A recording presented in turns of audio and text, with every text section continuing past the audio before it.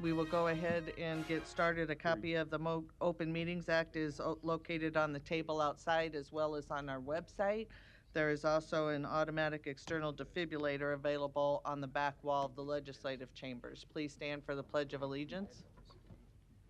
I pledge allegiance to the flag of the United States of America and to the republic for which it stands, one nation under God, indivisible, with liberty and justice for all.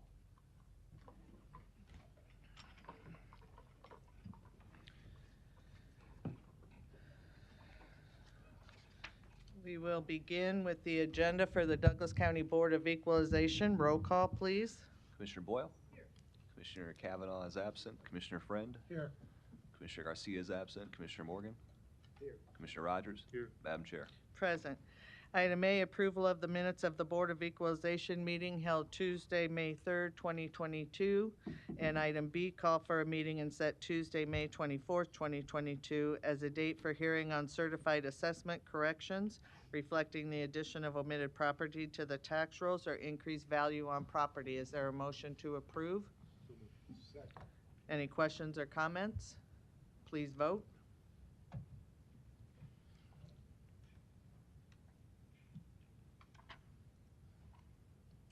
Motion passes 5-0. Citizen comments. Is there anyone in the chamber or on Zoom wishing to speak to the Board of Equalization about an item not on the agenda? Seeing none, we'll move to resolutions. There are resolutions D through H. There's no need for executive session. So is there a motion to approve resolutions and adjourn? So moved. Okay.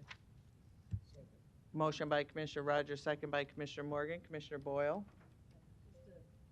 On Resolution D, I just have a question on that. It says consideration or action on the 2022 Board of Equalization procedures. In the details, it says that Douglas County is not responsible for any technical difficulties when it comes to citizens submitting their information regarding review. When the citizen puts their information using the online system, is there some type of verification that the information has been received so that they know that that it's complete, so that they don't miss their deadlines? Right. Catherine? Catherine Hall, County Commissioner's Office. There is, and I'll defer to County Clerk Esch to speak to that in detail. Dan Esch, Douglas County Clerk. So if you submit a protest online, you'll get an email that says that confirms that it was submitted, and it kind of has like a summary of the details. And then before the email as well, once you click submit, there'll be like a little confirmation page that shows up that gives you a protest number. I believe a main reason why we have that on there is just in case the system, and we'll have support, don't get me wrong, but in case there's people trying to submit protests at 11:30 on June 30th, obviously we want them to be able to, the system to work, but it's just kind of you know, in case something happens that you know, we're not responsible in case they can't get it in on time at that late hour. But if there's a system or issue with the system, we certainly, you know, we'll work with DOTComm to address it right away. But I think it's more of just we put it in there in case there were problems at a late hour on the last day. And then, do you know if we've had issues like that in the past? We did in 2020. Yeah, we did. Exactly. Yeah, so that's what I'm getting at. It's like, is there a way to, besides just educating folks not to, you know, submit it at the last minute? Is there just a way to be sure that we've got the whatever it takes, the memory or whatever, so that it doesn't crash at the end for these folks that are just trying to do what they need to do? Well, the background in 2020 was we were kind of and I'm sure I'm not using the technical terms correctly, but the system was running off like a national, I don't know, part of it was intertwined like a national system, and unbeknownst to us, there was an update, like a quarterly update this company was running nationwide at 9 o'clock Eastern, and about 8:30 our time, I start seeing emails come in and people, hey, I can't use the system. So we changed it so that so we're not reliant on that system anymore. Got We it. didn't have problems last year. I'm hoping that's, the case this year. And then DOTComm has, we've talked to them, and Catherine's been on the calls where, can we have people available to us till midnight on June 30th in case there are issues, and they have told us that they will provide us with that. Okay, So Good. obviously I can't make any promises, but sure. I feel like we're very prepared to mitigate that issue. Yep, okay, I just wanted to get details on that to make sure that, folks are just trying to do what they're supposed to do, and then it's a system problem. It's like, that's probably the most frustrating thing in the world. So just make sure that we're covered, doing what we can to make sure that folks can do what they need to do. So, thanks. Any other questions or comments? There is a motion and a second. Please vote.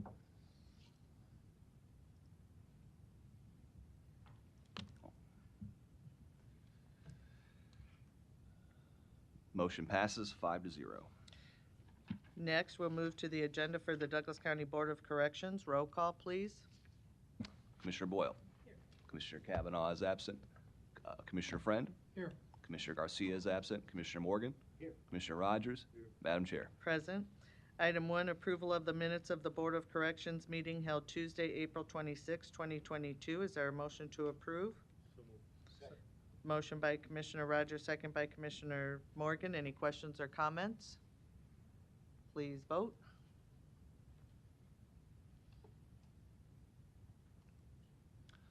Motion passes 5-0. Next is citizen comments. Is there anyone in the chamber or on Zoom wishing to speak to the Board of Corrections about an item not on the agenda? Seeing none, we will move to the report from our Director of Corrections. Good morning.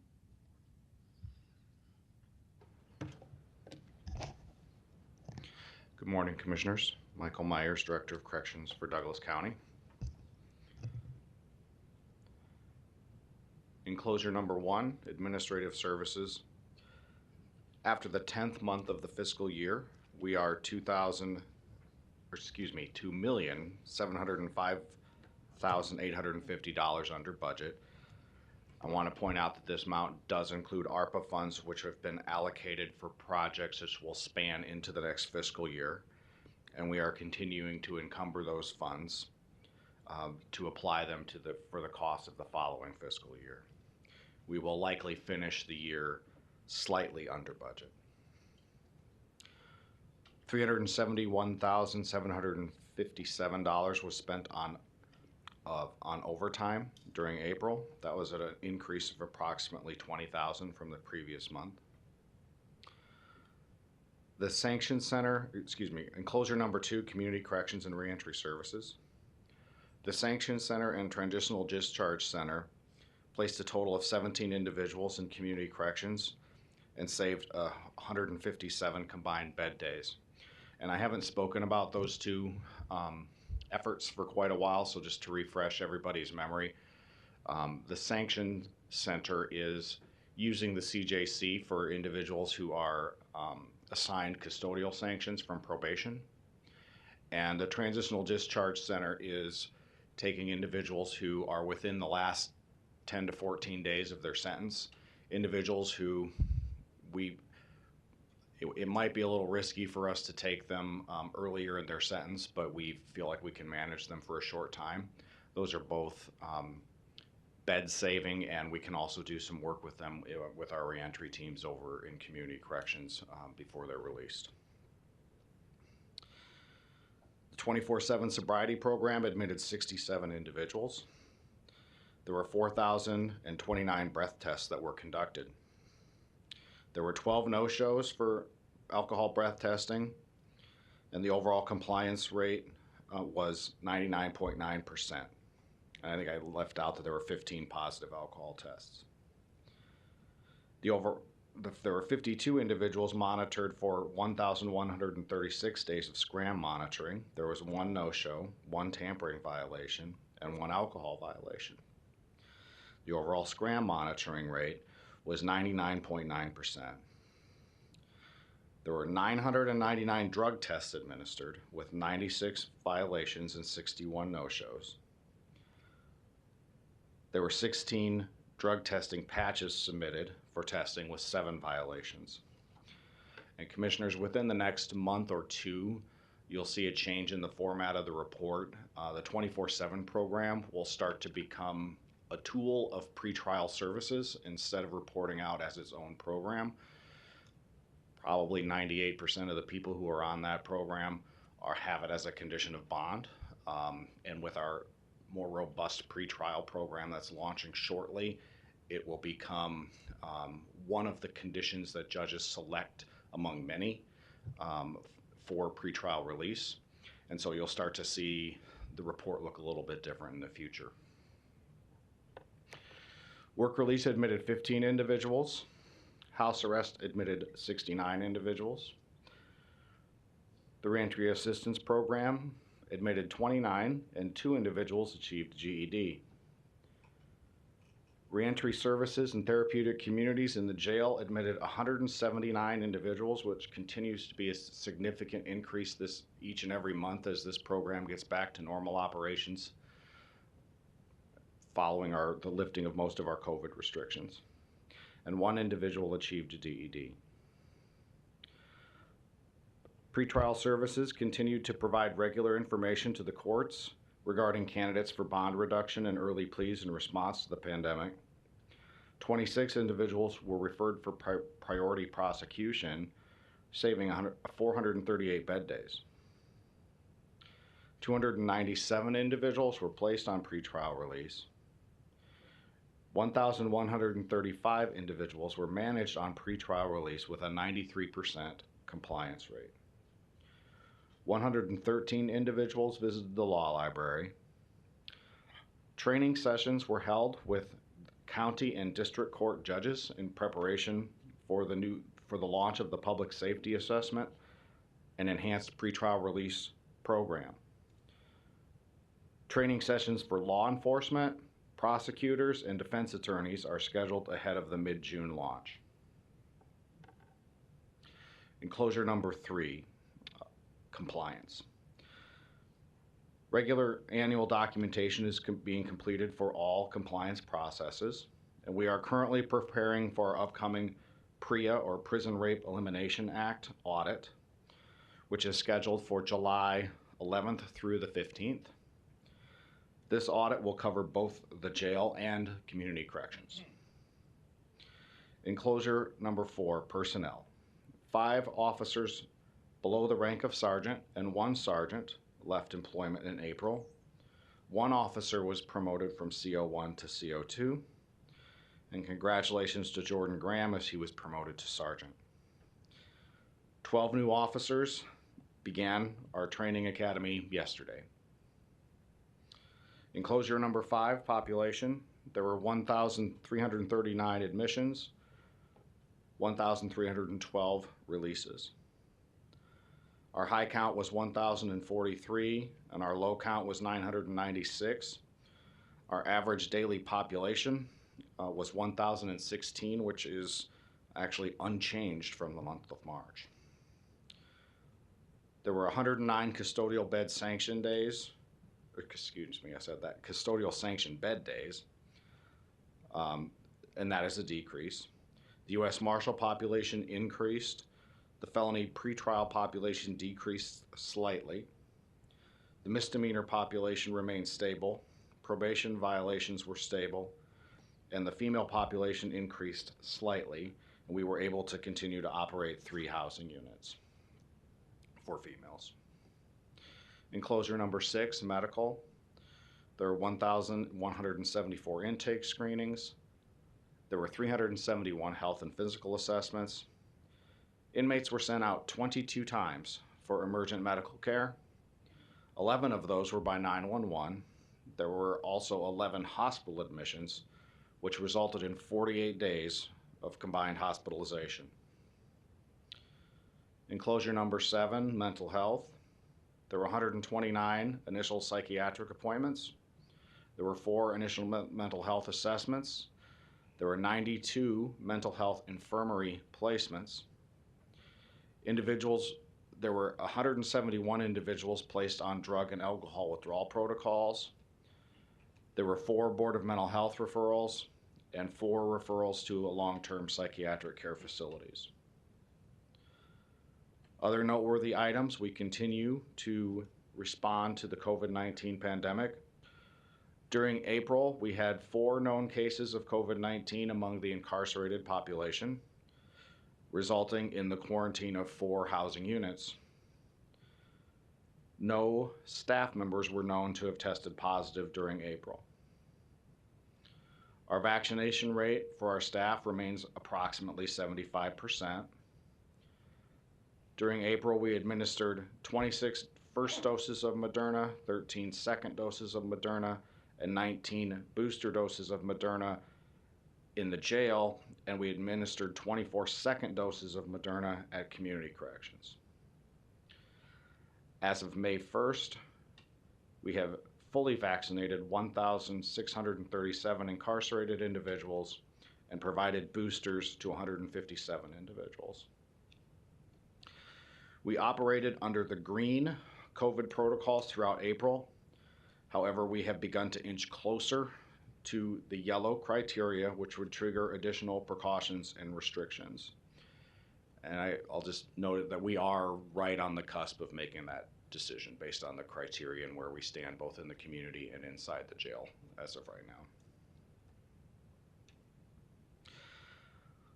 Our body-worn cameras went live on May 11th. The rollout will occur over the course of several weeks, which will result in cameras becoming standard issue for all officers. We will be among the first correctional facilities in the United States to have outfitted our entire department with body-worn cameras. This will improve safety for our staff and provide greater transparency for the public. And finally, I'm going to start including a story in each report about the good works that the men and women of the Department of Corrections that they do every day. And in April, Officer Dwayne Wilson, a newer officer who had just recently completed training, stood out. Officer Wilson noticed something seemed off with an inmate who was not previously known to be suicidal and had only minor charges when he returned to his housing unit after his initial court appearance. The inmate went into the shower after returning from court, and Officer Wilson, acting on his intuition and observations of the individual's behavior, went into the shower to check on the inmate.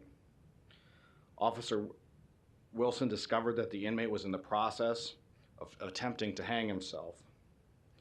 Officer Wilson radioed for assistance and intervened to save this person's life.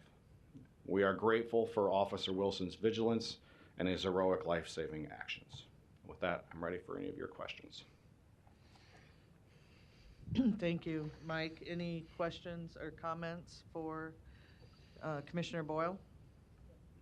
Thanks a lot, Mike. I think more of this is just for my education. When you talk about community corrections and in-house programs, I just kind of want a better understanding with we're decreasing bed days with that. So are all of these folks going out into the community one way or another, first of all? And then second of all, do we have any information about the recidivism rates and whether they're following through with their treatment? That drew my attention just because I noticed with the drug patches that there were 16 folks and half of them were tested positive.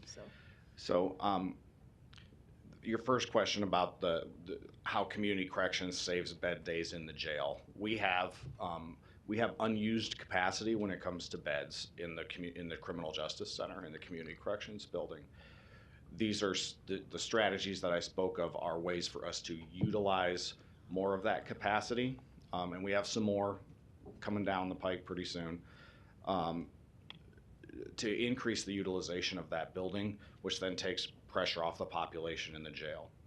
It is much cheaper for us to house individuals in the community in a community correction setting, actually, really at very little additional cost because the staff are already there.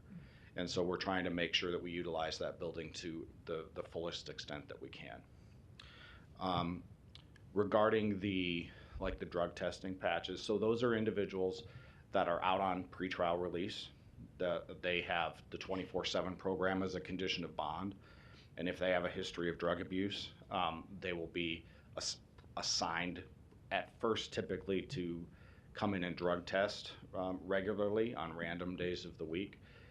And then for some people, it can be either that they were drug tested, or excuse me, that they've been successful with that protocol for a while, so we let them take a step down because they only have to come in every couple of weeks to get a new drug patch on.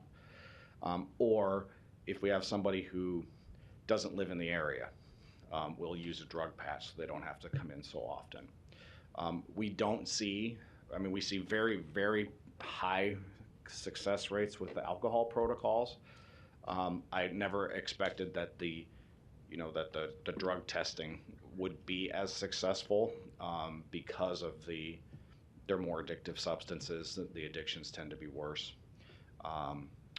But in general, you're still seeing people over the course of time improve their compliance. Okay, so did we see folks who are, again, recidivism, does that increase with those who are, for example, not complying to the drug surveillance? So we haven't run a recidivism study in particular on the 24/7 program for a while, and I'm not even positive that we've run it since we've added the drug testing protocols to it. But we can do that. We did see a significant reduction in DUI behavior for individuals who were charged with a DUI and on the alcohol protocols. That was sustained during the program and even after the program. But it's a good thing for us to check on from time to time. Okay, thank you. Commissioner Morgan? Thank you very much for your presentation. The numbers incarcerated seem to be down 10 to 20% from what they were 4 years ago or 3 years ago, and that's or even a positive. A year ago. Yeah.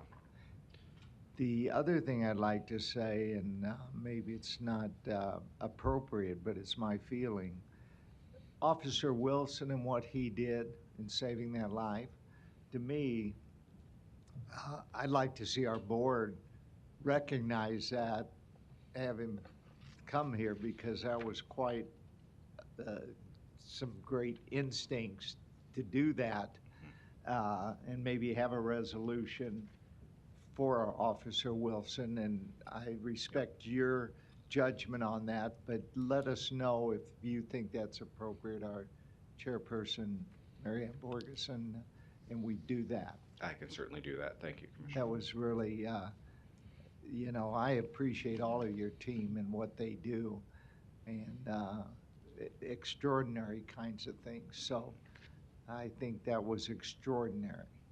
It absolutely was. Great, thank you. Commissioner Friend? Oh, sorry, you turned your light. Yeah, thank you, Madam Chair. Mike, yeah, thanks for the report. And to Commissioner Morgan's point, I don't think what the officer did was truly, what Officer Wilson did was truly heroic. The funny thing is, it's not funny. The ironic thing is, I bet that happens twice a week.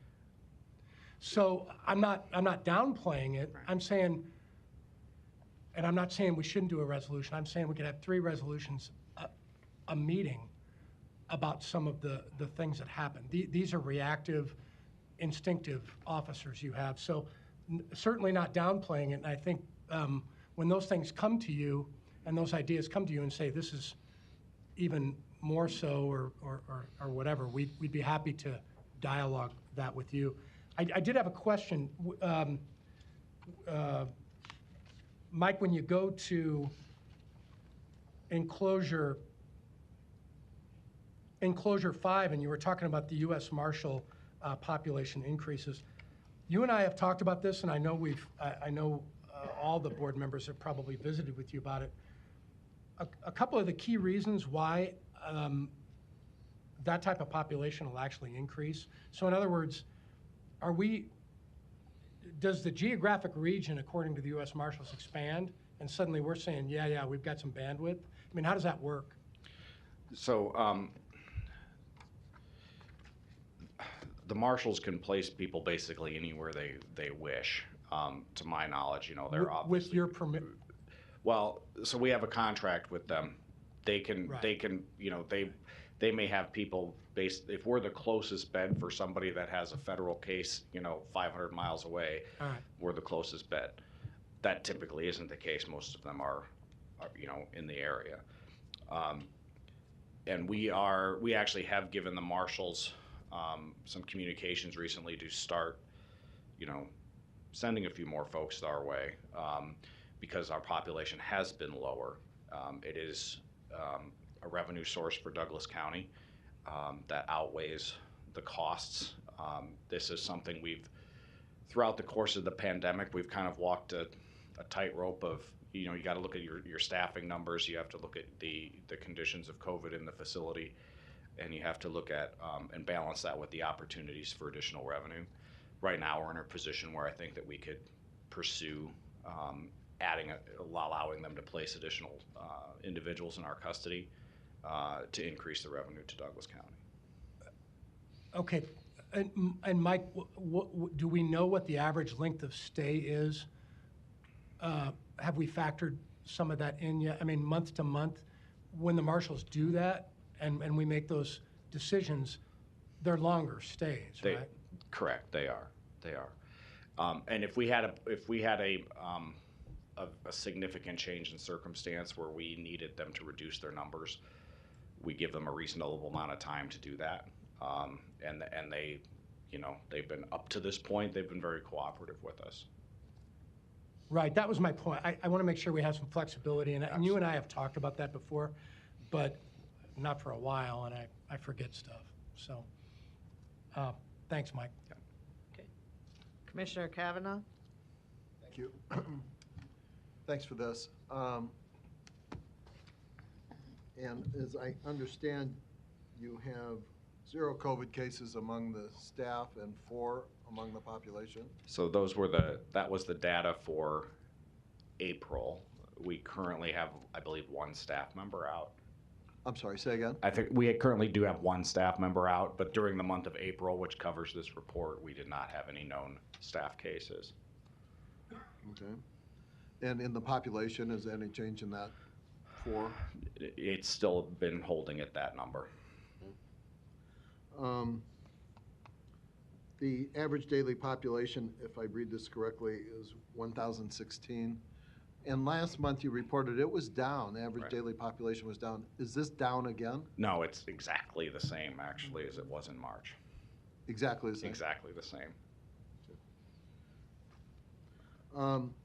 And I was just doing math here. Whoever does your charts, they could save me this every month. Okay. By just giving me the majority-minority percentage. Otherwise, I sit here doing my own arithmetic. It appears that we are, again, in a majority-minority population situation. And the leading component of our population are African Americans at 43.27%. But it looks like this has gone up a little bit. I think it did trend up a little bit from the previous month. You don't happen to have the... I don't have last month's. I'm going to have her add a graph that gives us That'd a be great. trend. Just what is it, Right. And it's way over 60%, which, is trending in the wrong direction and has been. I suppose, when we talk these programs and everything, going forward, maybe not at a board meeting, but maybe at a committee meeting, it might be good to see what, if any, impact any of these programs could have on moving that number, because the only movement we ever see in the majority-minority population in corrections seems to be to increase the number of incarcerated minorities in our community, which is wrong. And so if any of these programs, which I think are good and we're moving in the right directions programmatically, have any effect on that. It's problematic to me, and that's why I keep asking every single month about this majority-minority population. that we seem to incarcerate our minority population at a way, way, way higher percentage than we do the majority population. That's, I think a good study for me to do or have my staff do is to try to run an analysis of what people are charged with by racial demographics. Because you brought up the point about who are our programs helping, you know, and we have criteria, you know, for community corrections in terms of, you know, risks that we're willing to take based upon people's charges and their histories. And it's probably a good check-in for us to make sure that we're doing that fairly and objectively and look at the charges. And that may be telling to us if on a variety of ways in terms of whether individuals of different racial backgrounds are facing differences in the severity of their charges. 1 minute. one of the, recurrent problems that we've had in critical positions throughout the county, nursing, corrections, public safety, is staffing. And again, it might be helpful going forward if the staffing numbers, were on the dashboard here under personnel. Staffing is a personnel issue primarily. And so just to recap, where are we staffing wise, good, bad, or indifferent over last month? For our corrections officers, we are at 85.7%, which is probably very close to where we were the previous month. Maybe a slight gain. I would say as we sort of had a slow Time, but there's no one else in the queue, so go ahead and Thank you. continue. we had a kind of a slow decline in our staffing levels over the course of 2021, and I would say that's sort of stabilized. We haven't made significant gains to recoup those losses yet in 2022. So just for purposes of putting a fine point on that, where is that staffing number? Page 7 of 51. I'm sorry, say again? Page 7 is page 7 of 51. Page 7, okay. And that would put it under what enclosure? Administrative services, and you're Yeah, correct, yeah. Commissioner. I need to merge those two sections into Okay. one. So this shows an authorized personnel of 492, on hand of 428. Overall, all categories, 87% staffing. And you say that's about consistent with where we were a month ago? Correct. And I think you have classes now and coming on as well in the near future. We just started a class of 12 officers yesterday. So this, and I appreciate this, corrections officer staffing graph just below the one that we just referenced shows kind of a stable on hand, the little green bar. Yep. Doesn't seem to change much. And there's a consistent fall off between the authorized level and the green level. As a matter of fact, going back as far as this goes, which is May 21, we've never been at authorized levels. We very, very briefly made our authorized strength in January of 2021. Very briefly. Yeah. Well, the perfect is the enemy of the good. It would be better to have higher than 87%, but 87% is reasonably high. It's the corrections officers category, which seems to be most problematic, where we're authorized for 349 and we have 299. So we're basically 50 under on the frontline corrections officers. Correct. The result of that is overtime for those officers who are on staff? Correct. Throughout the ranks. That creates kind of a cascading effect of overtime for sergeants and lieutenants and so forth. So are we in a mandatory overtime situation now? That hasn't been as bad recently. It still is present, and it will, until we get really up into the mid-90s for staffing, it'll likely continue to be an occasional presence, but it has not been significant, fortunately. Thank you. No other folks in the queue. Mike, I appreciate, I know we've talked about having a good story for the board, and this certainly is that.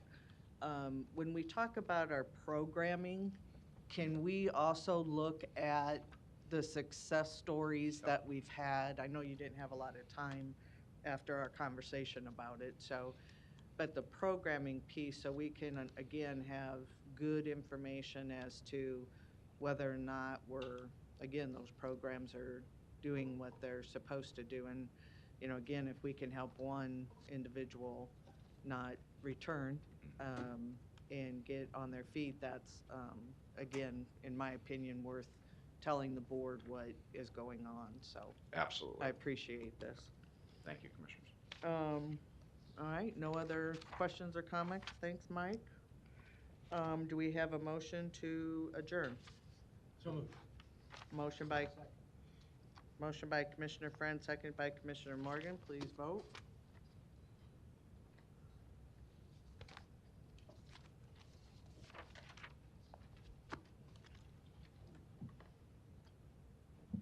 Motion passes 6-0. We will move to the agenda for the Douglas County Board of Commissioners. Roll call, please. Commissioner Boyle. Here. Commissioner Kavanaugh. Here. Commissioner Friend. Here. Commissioner Garcia is absent. Commissioner Morgan. Here. Commissioner Rogers. Here. Madam Chair. Present. Item A, approval of the minutes of the Board of Commissioners meeting held Tuesday, May 3rd, 2022. And item B, approval of claims submitted for payment process through Tuesday, May 17th, 2022. Is there a motion to approve A and B? So moved. Second. Motion by Commissioner Morgan, seconded by Commissioner Rogers. Any questions or comments? Please vote.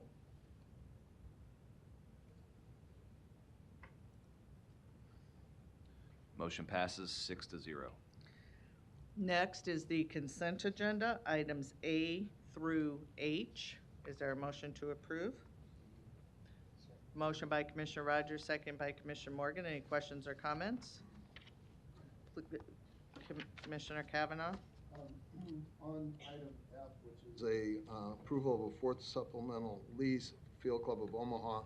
I know from my conversations with Commissioner Garcia, who's chairman of the Administrative Services Committee overseeing this, that he held hearings, and Mr. Leahy, who's here today, presented, as did folks from the Field Club, relative to this and the proposed leases attached. In conversations with Commissioner Garcia, he indicated to me that he was in support of this. I am as well. I just wanted to indicate that, for the record, I am a social member of Field Club, and so I reached out to the Nebraska Accountability and Disclosure Commission relative to the question of, is it a conflict for me to vote on this, and they informed me that it is not, and so I intend to vote in favor of this. Thank you. No other questions or comments?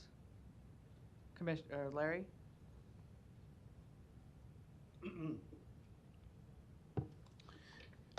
Larry Store, 5015 Lafayette Avenue, 68132. I'm going to comment about this first phase of consent agenda.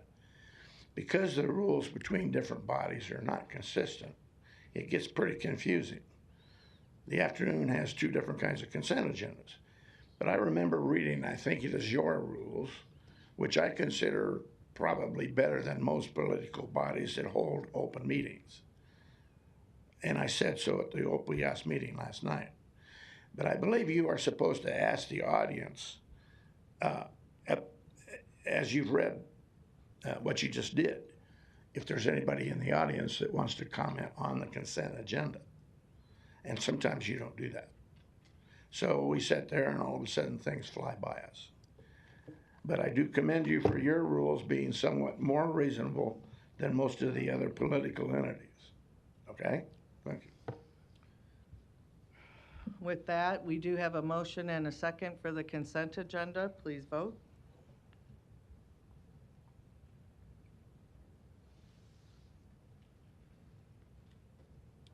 Motion passes 6-0.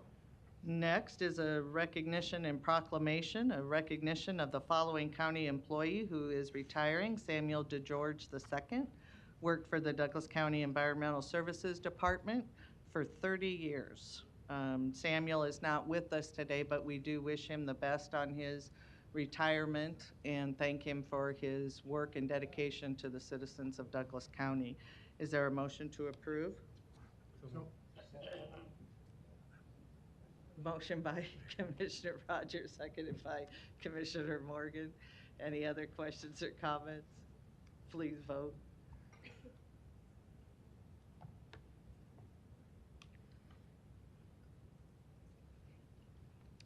Motion passes 5-0. Citizen comments. Is there anyone in the chamber wishing to speak to the Board of Commissioners about an item not on the agenda?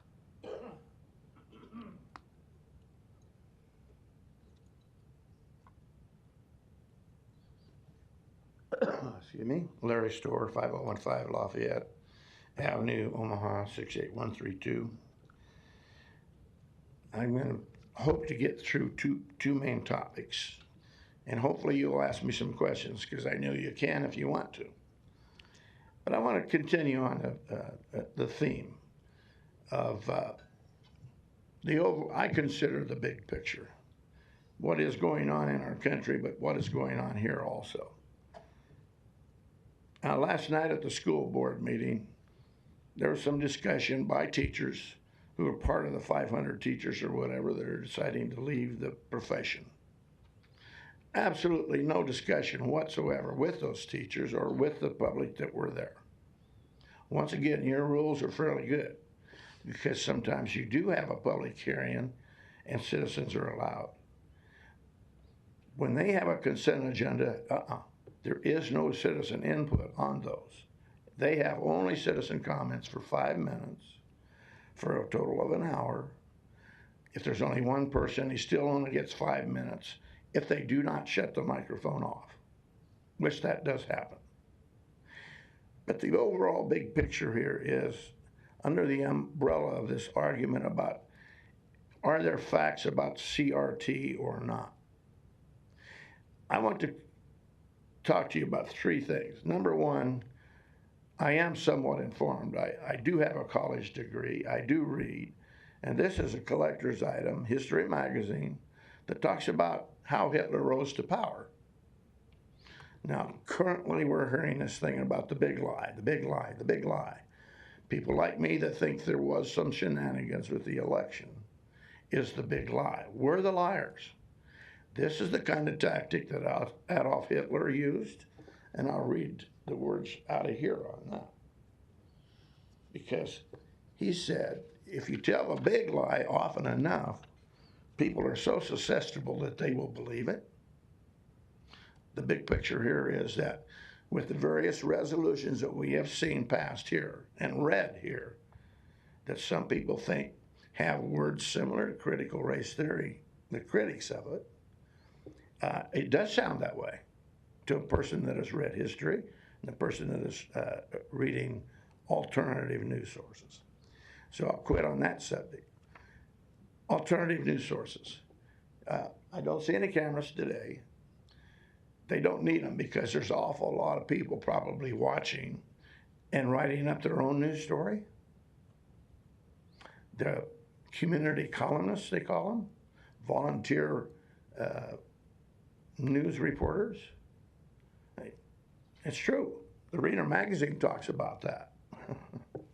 It talks about the alternative news sources. It only names two, but it also talks about them being nonprofits. They're collecting information maybe from here, but also in your private offices from you, and then they're reporting it. But we don't hear that from you people. We have to read it in the Reader or hear it on the KFAB or Nebraska Examiner, and there's another one. I don't know. There's 8 or 10 different news sources around Omaha. There's some of them was in here last week. They're sitting in the audience and gathering some information, and then they go down to places like the Collector House and talk about it. There's one of them that comes up here and doesn't identify himself. He used to write stories about you in the city council under the moniker of noise. 1 minute. That's another one. So, you know, you need to have more two-way conversations with the citizens so we don't have to read about it in the Reader, etc. Because maybe those facts aren't true either. Thank you. Anyone else wishing to speak to the board about an item not on the agenda? Seeing none, we will move to a presentation. We have a presentation and discussion on an Adopt a County Road program, and with me today is our Chief Deputy from our County Attorney's Office, or County Engineer's Office. And the citizen who brought this to me, again, I think we've all been across the country and seen Adopt a Road program, whether it be the state or county. But we didn't have one, and so we had a little conversation, and I said, well, let's work with our county engineer and see if we can produce one. And so what you have is, we looked at the state's program in Lancaster counties, although there's gazillion of these around, a spreadsheet full actually of these programs. But the county engineer looked at those models and felt that it was a doable project if we started slow and had good application process and obviously the safeguards in place. And so the information that we provided to you is basically that of the Nebraska's program that we would model, and they would fill out an application. And Dan, I'm going to have you kind of talk to us about if a citizen were to call and say, I would like, and I think we decided on a 2-mile stretch of road that we would like to adopt, tell us how that process would actually occur. Let's see if this shows up there. Thank you, Commissioner. First of all, I want to thank the chairperson for bringing this to our attention. You know, we're busy with our daily duties out at the county engineer's office and really hadn't put this as a priority. To be honest with you, it's something that is very common throughout our country, and certainly through Nebraska. And so the commissioner called and we discussed it a little bit on the phone, and she was just asking if we would be of any interest in doing this. And I told her, sure we would. We can do this. We're Douglas County. So we looked around, and Marianne, Commissioner Ferguson, sent us a lot of information that she researched on the internet, and it is amazing how many jurisdictions actually do this. Some of them do it quite extensively. So we're going to take one small step before we jump into what some of these other communities have evolved to over time, I suspect. We are willing and ready to do this. We have the manpower to assist the public. Well, we will work with the county attorney in regards to the language. We'll put in our application process, kind of explaining their responsibility as the sponsor, the liability of the sponsor and the group that they put together to collect the debris that's along some of our county roads is really leveraged towards the sponsor. We do not want young little children running around our county roads. No one under 15, I think, is what most communities use. They need to have adult sponsorship, of course. The jurisdictions, from what we have researched, furnish the signing, the warning signs, that type of thing you put up to warn the driving public that there's something going on ahead, like a road work ahead type sign. It would be collecting litter type sign, I guess, is what we're shooting for. We would suggests they do this for a minimum of 2 years, period. Adopt minimum of 2 miles of road, both sides of the road, for a matter of fact, and no more than 6 miles is what most jurisdictions have evolved to. You start walking down a mile of road, you're going to find out that's a long way.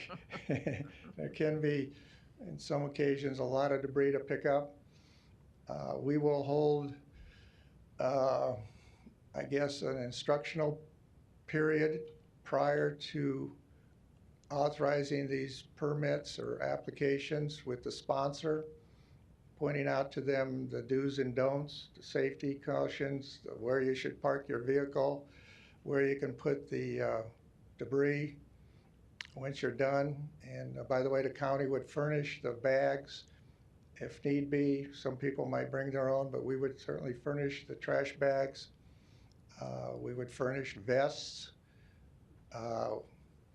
and the signage, and we would pick up the debris. They would just collect it and place it somewhere where our maintenance can just go out there and pick it up fairly simply.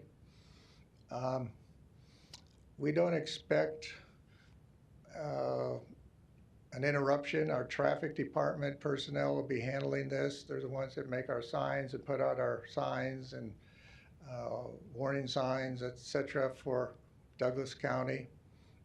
We have enough employees, we feel, and we can always add what we call laborers to assist if need be. So they're excited about it. Our personnel are excited about it. They actually made up this sign that you're looking at. Some people said, why blue? The answer to that is the manual of uniform traffic control devices requires certain colors for certain signs. You know, stop signs are red, construction signs are orange, and this type of sign is blue. So I'm going with that. But anyway, we will start this in the fall. We feel the spring and the fall of the year is the best time. That's when the weeds are not growing and that type of thing is less to deal with. There may be some roads we just won't allow anyone to go out there and pick up trash because of the traffic and the ditches. Some of these ditches are pretty deep actually along county roads if you start looking for them. There's water in them year round usually, that type of thing. But we can certainly use the help. We have some areas usually around new construction out in the suburbs of Omaha is where a lot of debris collects because of the winds we've been having, blows trash all over the place.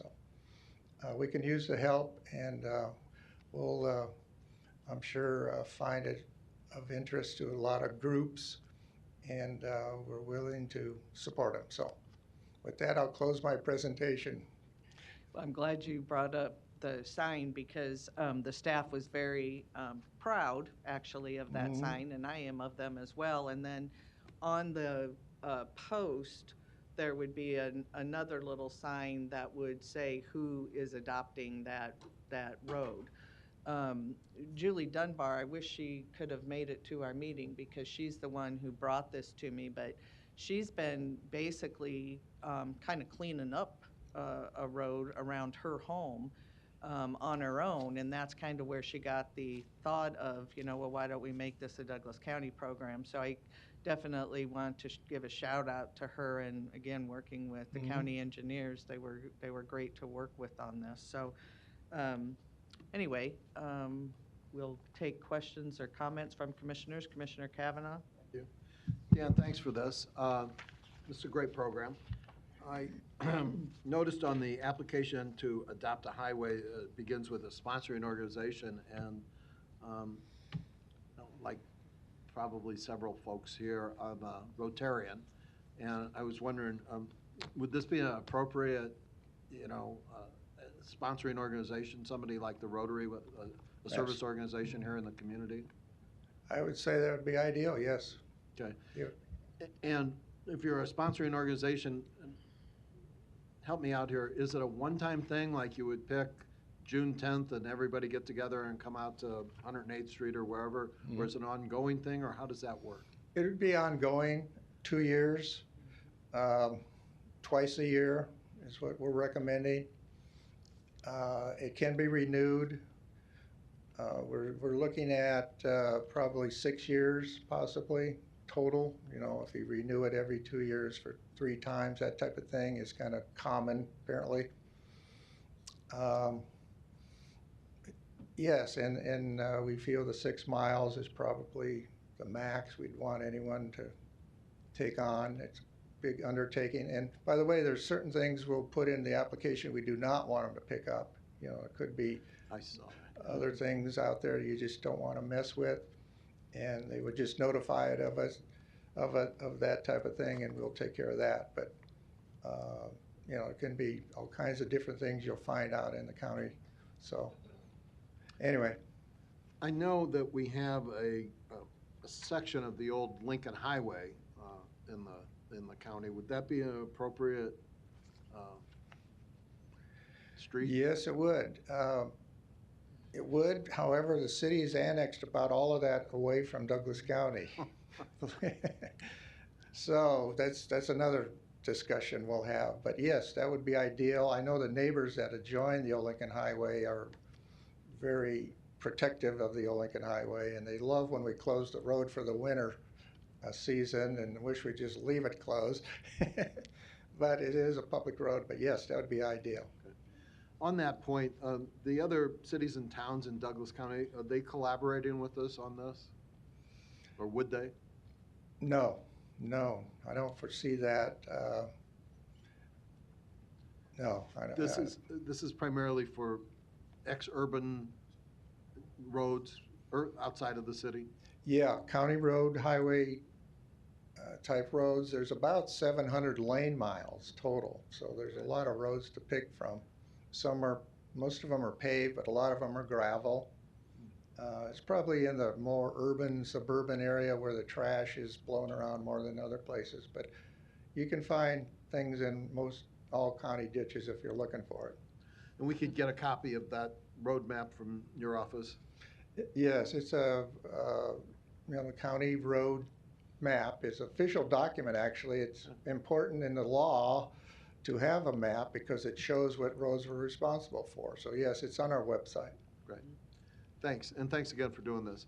As a Creighton Prep, Creighton University alum, I have no problem with the white and blue sign color. Okay, It's excellent. me too. Any other questions or comments?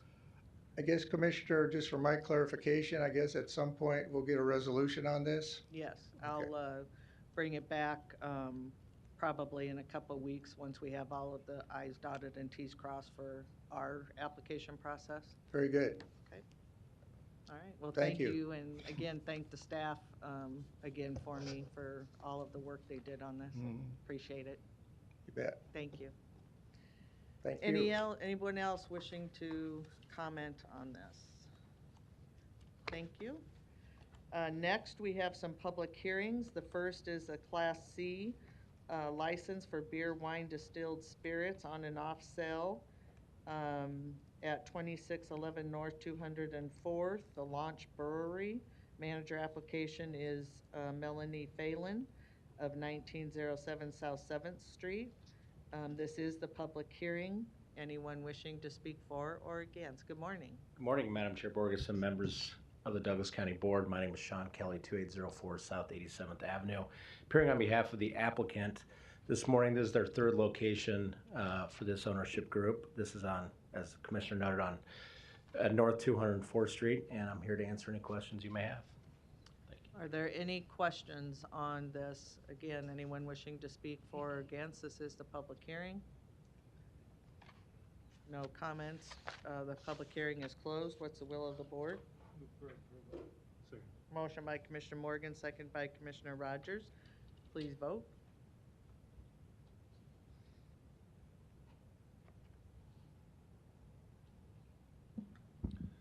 Motion passes 6-0. Next is a class number 1 license for beer and wine distilled spirits on and off sale for T&L Nails Inc. At 3808 South 203rd Plaza, Suite 300 in Elkhorn. This, again, is the public hearing. Anyone wishing to speak for or against? Good morning. Good morning. My name is Duc Tran. I am a legal counsel for the applicant and the manager application of the corporate application for Class I liquor license.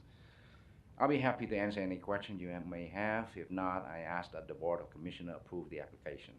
Okay, Thank you. are there any, is there anyone wishing to speak during the public hearing? Duc Tran, first name D-U-C, last name Tran, T-R-A-N. Seeing none, I will close the public hearing. What's the will of the board? Motion by Commissioner Rogers, second by Commissioner Morgan. Please vote.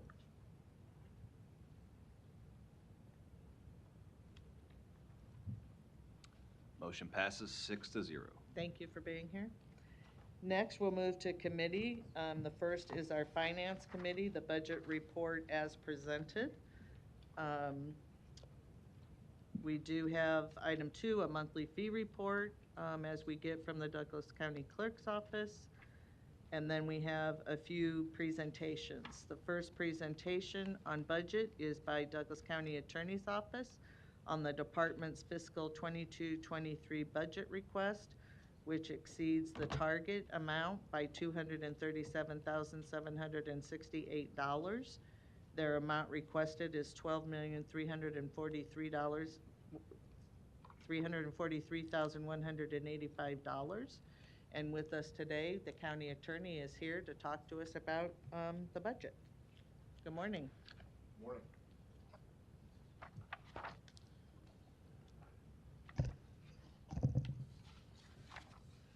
Good morning, Don Klein, Douglas County Attorney, here before the board. Thank you for hearing me this morning. I'm here to humbly ask you for some additional money for our budget. I know Tom Riley is going to appear before you next week. We were hoping to do it together. He was unavailable to do it this week. I'm unavailable to do it next week. So I know he's going to also approach you about additional funding for the budget for the Public Defender's Office.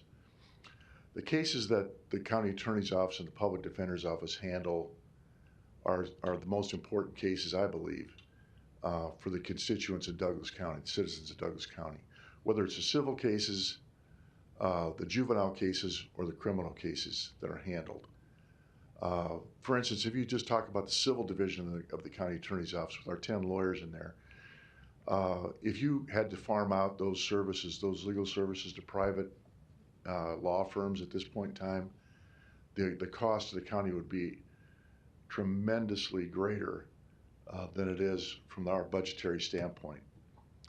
With the cases that we have now that we handle, we're still running about 4,000, in the criminal division, about 4,500 felonies a year,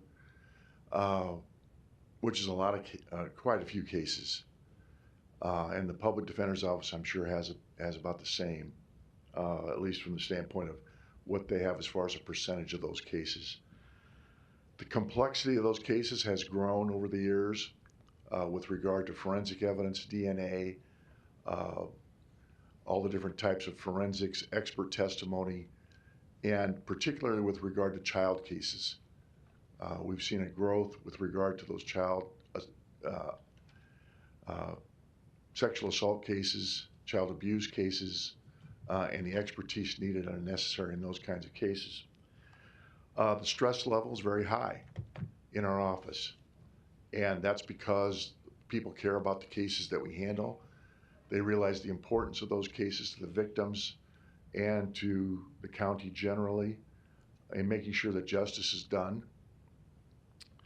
One of the things that's also something different that we have now that we've never had before is the amount of video on cases and the time it takes for us to view if you have, all the officers have body cameras, okay? And there's cruiser cameras. And every business has security cameras, all right? And everybody, a lot of neighborhoods, everybody has a Ring camera on their video. Well, all that video is obtained by the law enforcement agency that's involved there. I think the police department's hired, they have a whole unit devoted to just the video and a compilation of that video. We have to get it, we have to give it in discovery. Both sides have to look at all the video. If you have say 12 officers that go to a reported crime, they're all going to have body camera video. They're going to have cruiser video. There's going to be video from security cameras around the area, and there's also ring video, and we're going to have to observe that or watch that. We can't just not look at it. So that's a lot of time-consuming work on the part of the attorneys from both our office and the public defender's office. And as I said, in some counties, I know in Lancaster County, they asked for 2 more lawyers just because of the video part of the job anymore that they have to look at. So that's something that you need to realize. We in Douglas County have more problem-solving courts than anywhere in the state of Nebraska and pretty much in the Midwest. We have a drug court with over 150 people in it. We have a young adult court, which we've just expanded from 30 to 60 people with the permission of the Supreme Court. We have a veterans treatment court that we started in the last year. We have a diversion program. We have mental health diversion. We use all those problem-solving courts to divert people out of the system.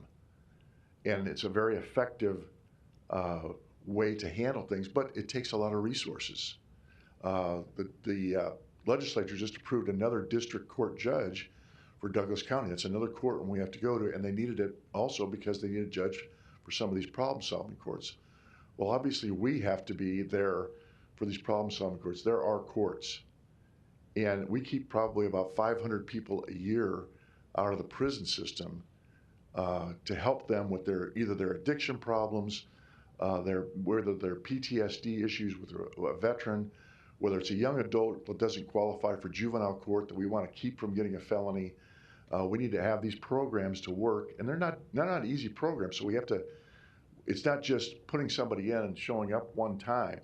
Our lawyers are involved in a weekly basis to keep track of these folks to make sure they're doing what they're doing, so that we can get to the point where we're not going to put them in the penitentiary. So, and those are very effective systems.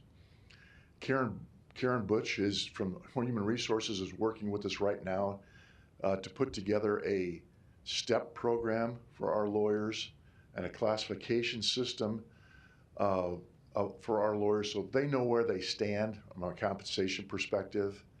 Because honestly, one of the most important things that Mr. Riley and I see is our ability to retain people right now. I'll give you examples. I lost 3 lawyers to Sarpy County, Sarah Moore, Madison McNeary, and Nissa Jones, to have less stress for them, and they're going to make more money. And they all told me, I don't want to leave here. I love working in your office, but if I can go there and not have the caseload that I have here and make more money, I'm going to do it. I lost 3 lawyers from the criminal division to go work for a workman's compensation firm. Again, much less stress, a lot lower caseload, and more compensation. Okay? We lost 2 lawyers from the civil division, same capacity. All of them have said, hey, I love this job. You've given me a great opportunity. I've got great training. I've got great experience here. But, I've got a family. I need to make more money, and I'd like to have the stress level lowered than what it is.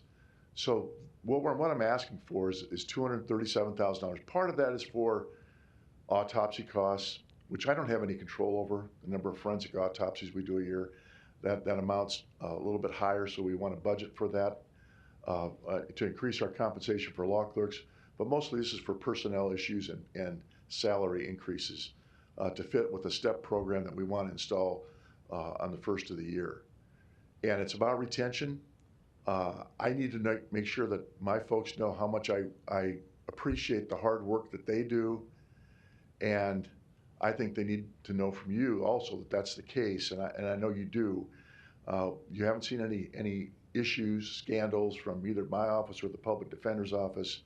Those folks do a great job, and they really care. And our mantra in the county attorney's office is, and I tell our lawyers this when we hire them, they have an opportunity every day to do something to make Douglas County a better place to live for all the people that live here, from all perspectives. Whether it's people dealing with people with addiction problems, people that need mental health services, are people that need to be held responsible for crimes they commit and the victims. So people that work in my office really believe in public service, and that's the other thing that we all agree to when we come into someplace like the county attorney's office or the public defender's office. And so I'm asking you respectfully for this. It's about a little less than 2% added on, that $237,000, and it's necessary if you want the quality of work that we've always provided to Douglas County. We need to retain the employees that we have. And I know sometimes that people are just going to mature and grow on and go into the private sector and those kinds of things. And we can't really compete with that, but we need to at least make it so that people can have a decent standard of living with the salaries they get and the workload that they have in trying murder cases, child abuse cases, child sexual assault cases, the heavy duty stuff that's required in our office. So with that, I'd be happy to answer any questions. Thank you, Don. Commissioner Friend? Thank you, Madam Chair. Yeah, thanks for the information, Don. Can you put some context around the whole idea of trying to stay competitive with commensurate counties and within a region, or when you reach out as far as you can actually practically do it? If you don't get these type of things that happen, if you can't stay competitive, can you put some context around what that does when you bring attorneys in and they require more on-the-job training? I mean, you're essentially going to a law school to a person that's a year out, and you're pulling them in at that point because you're forced into that situation. Am I right? Well, we recruit. We go to Creighton, we go to Nebraska, we go to a lot of the law schools around the area. We recruit people to come and work in our office. We want people that are dedicated, who want to do this kind of work. And of course, if they're newbies, then we have to train them. So we have to send them to seminars. They have to follow somebody, those kinds of things. So especially, the other thing I didn't mention is that we lost, I think, 4 people in the last 8 months to be district court judges, which is a great thing. I'm very proud of them. They're great folks. They did a great job, but they were some of the backbone of our staff. And so it tells you what kind of people that we have in my office, that they've been appointed to judgeships. But when you lose that quality of people, you need to retain them or need to replace them with people of a like value, I guess, experience. And it's difficult to do that if we don't have competitive salaries. And Karen has actually done some work, and she's not quite done yet, but she's looked at, Lincoln, Sarpy, I think Jackson County in Kansas, the Kansas City area, other places, Des Moines, and has done a comparison and says, we need to do this to keep you competitive. Okay, and I guess I would piggyback on that. What I'm getting at is sometimes, and Don, tell me if this makes some sense. Anybody here, tell me if it does. If we look at a correction situation, or we look at a law enforcement situation, we know when they lose X amount of people, how long it's going to take to train those people and get them up to speed, and then you can put them out in the field, or you can put them. With you, it's more nebulous. So you bring 4 new attorneys in. 2 of them are from Creighton. 1 of them is from Notre Dame. Notre Dame's overrated, but continue down that road. You've got OJT. You just don't know how long it's going to take. An attorney could take. This person's going to hit the ground running 3 weeks. You're going, wow, that person's taken off. You can get them in there. I guess what I'm getting at is, what do you not know? The money's going to help, sure, but is it going to? You get more money. How long is it going to take to get back up to speed? I mean, because you're behind the 8 ball right now. Well, it takes time. We've had some lateral people that we've hired. We hired a deputy from Saunders County. We've hired a deputy from Lancaster County. So we end up trading people off here, but some of them actually lived in Omaha, so that worked out well for them. But when you have a lateral transfer, they're still going to have to get used to our system. And when you have a new person, we kind of have a progression of the way we handle it with people. But it does take some time. They're going to start off with some lower grade work. I mean, and that's not lower grade from the standpoint, but it's just not as complex. Maybe they're going to start off in county court doing misdemeanors or preliminary hearings or arraignments, and then they'll progress maybe to the juvenile court system and then maybe to felonies. So we have a progression, and we'll do training with regard to those people, but it takes some time, yes. Sometimes with lateral transfers, it doesn't 1 take as minute. long. From a criminal standpoint, I guess the final thing that I would say, can you put yourself in a position where you can identify where public safety is at risk?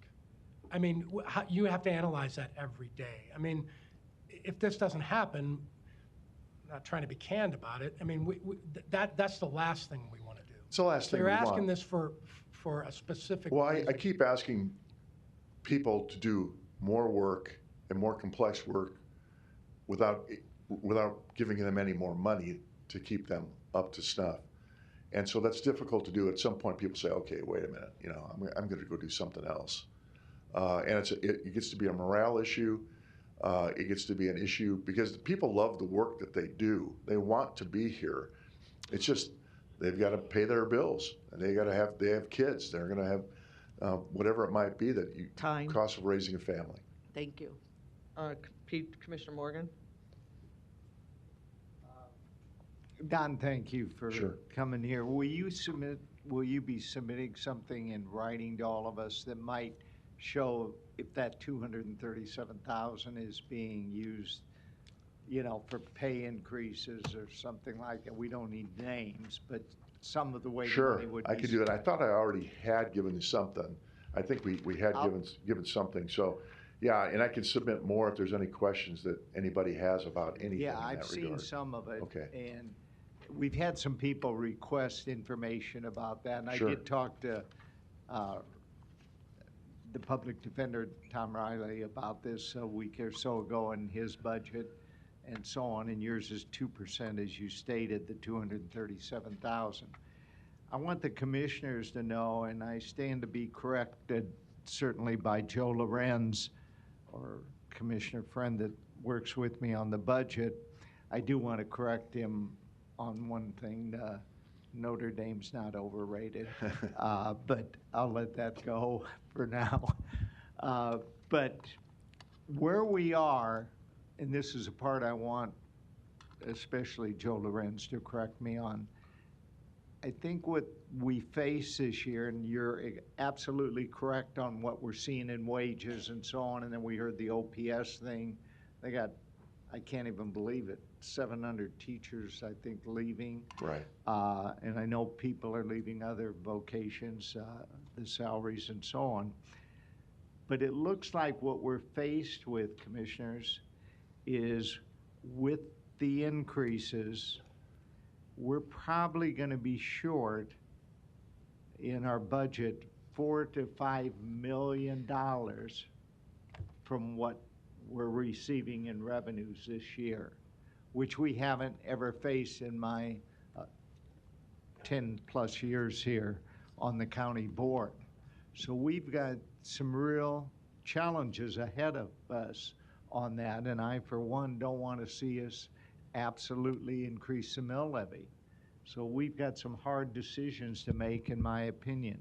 And Joe, if I'm stated that incorrectly, if they're the target number plus what some of them have requested, I believe that leaves us $4 to $5 million short. Can I interrupt for just a second? And we'll talk about the budget as a whole, but do you have any specific questions on county attorney budget? No, I'm just saying, you want to be supportive. Your people like Teresa Urick and all of them do a great job. But that's what we're faced with as we're going through this process of making these adjustments to your budget, which I think is necessary. But at the same time, I want the commissioners to know what we are looking at this year. And I've always tried to be as fiscally conservative as I can. I wouldn't be here if it wasn't a situation where I thought, I've got to do something here.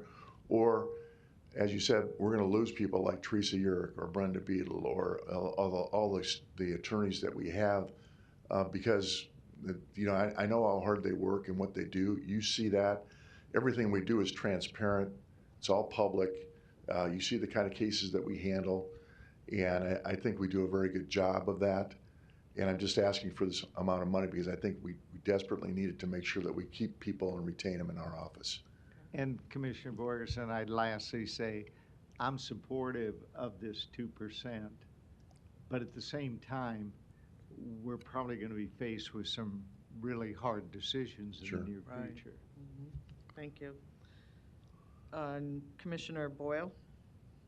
Yeah, I basically want to echo what Commissioner Morgan was saying. I was going to bring up similar points. I do want to state that I'm 100% supportive of this. I find that with, when you mention things like the diversion programs might work for, 500 potential folks throughout the year. If we, for example, put them all in corrections, that's, $200 a day at least. So that would be, $100,000 saved right there, but we don't turn it around and say it's $100,000 saved. So I think we have to keep that in perspective.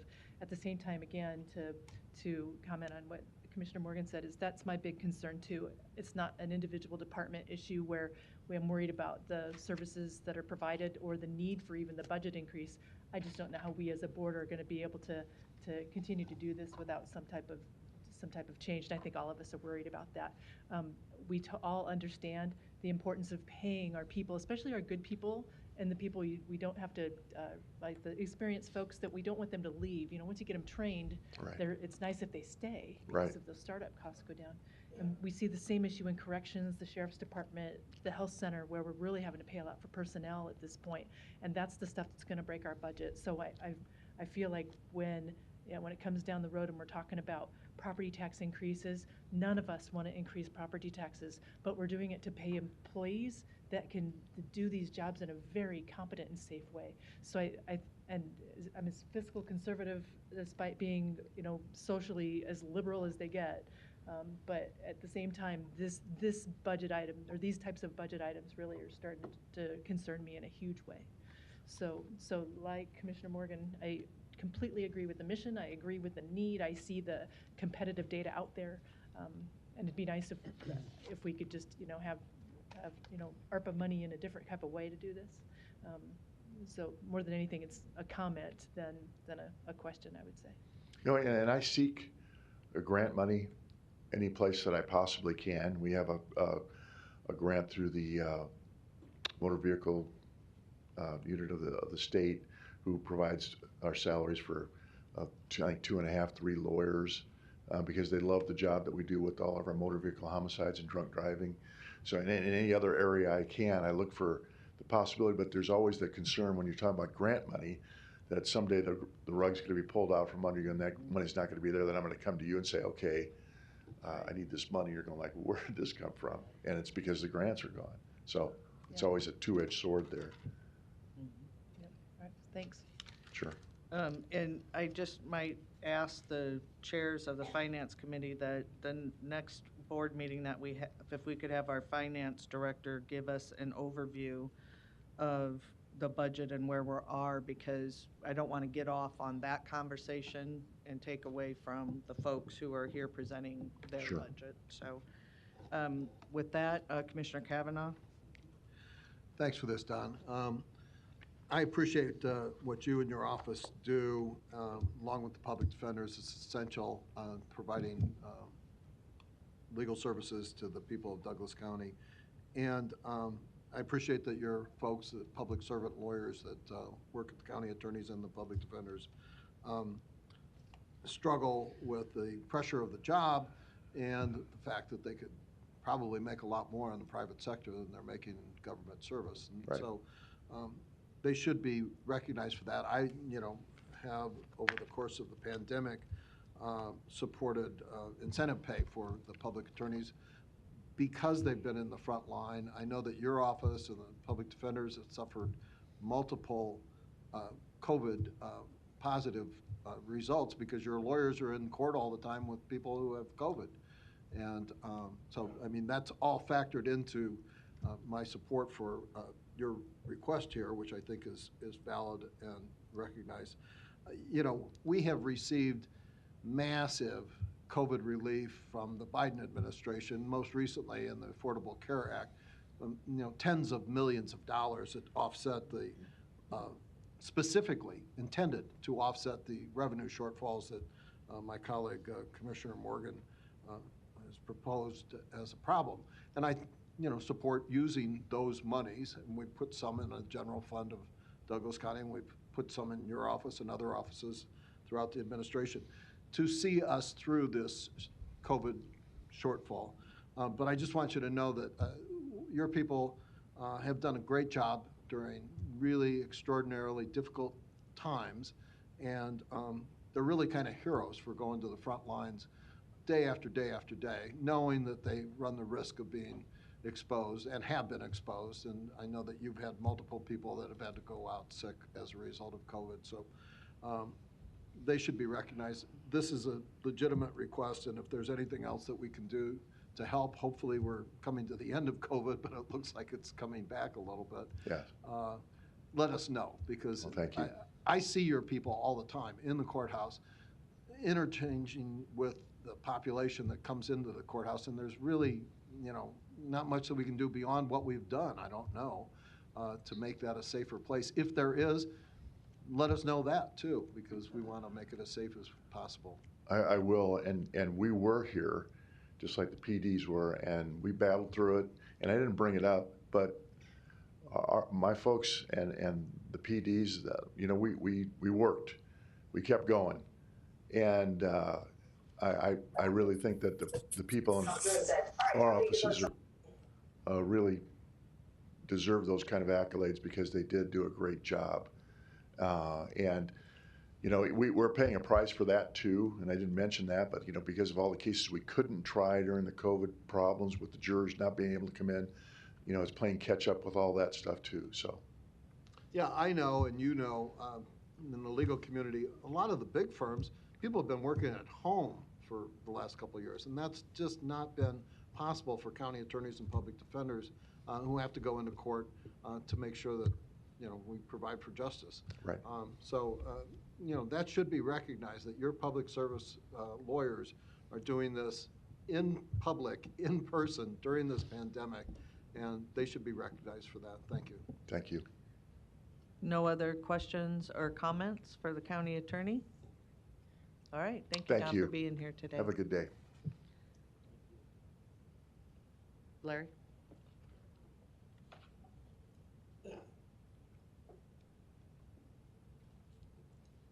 Larry Store, 5015 Lafayette Avenue, Omaha 68132. I want to continue on this topic of confusion. On the front page of your agenda, it talks about rules of debate. It doesn't say for presentations, and it doesn't say for citizen comments. So I'm wondering, well, who do those rules apply to? Now, you did not ask for proponents. I understand that he's maybe a presenter. You called for a presentation, but you didn't call for proponents, and you haven't called for opponents. It sounds like you're moving on past that. So you need to explain the rules a little more clearly. But I'm a proponent, and I'll tell you why. We're running for the money. It's not just you, but everybody's running for the money from the federal government under pretenses of COVID for anything under the sun. Your responsibility is public safety, number one, not people's heating and air conditioning systems, et cetera, et cetera. So all that money that's probably going out for those kinds of things should be going into Douglas County Justice System.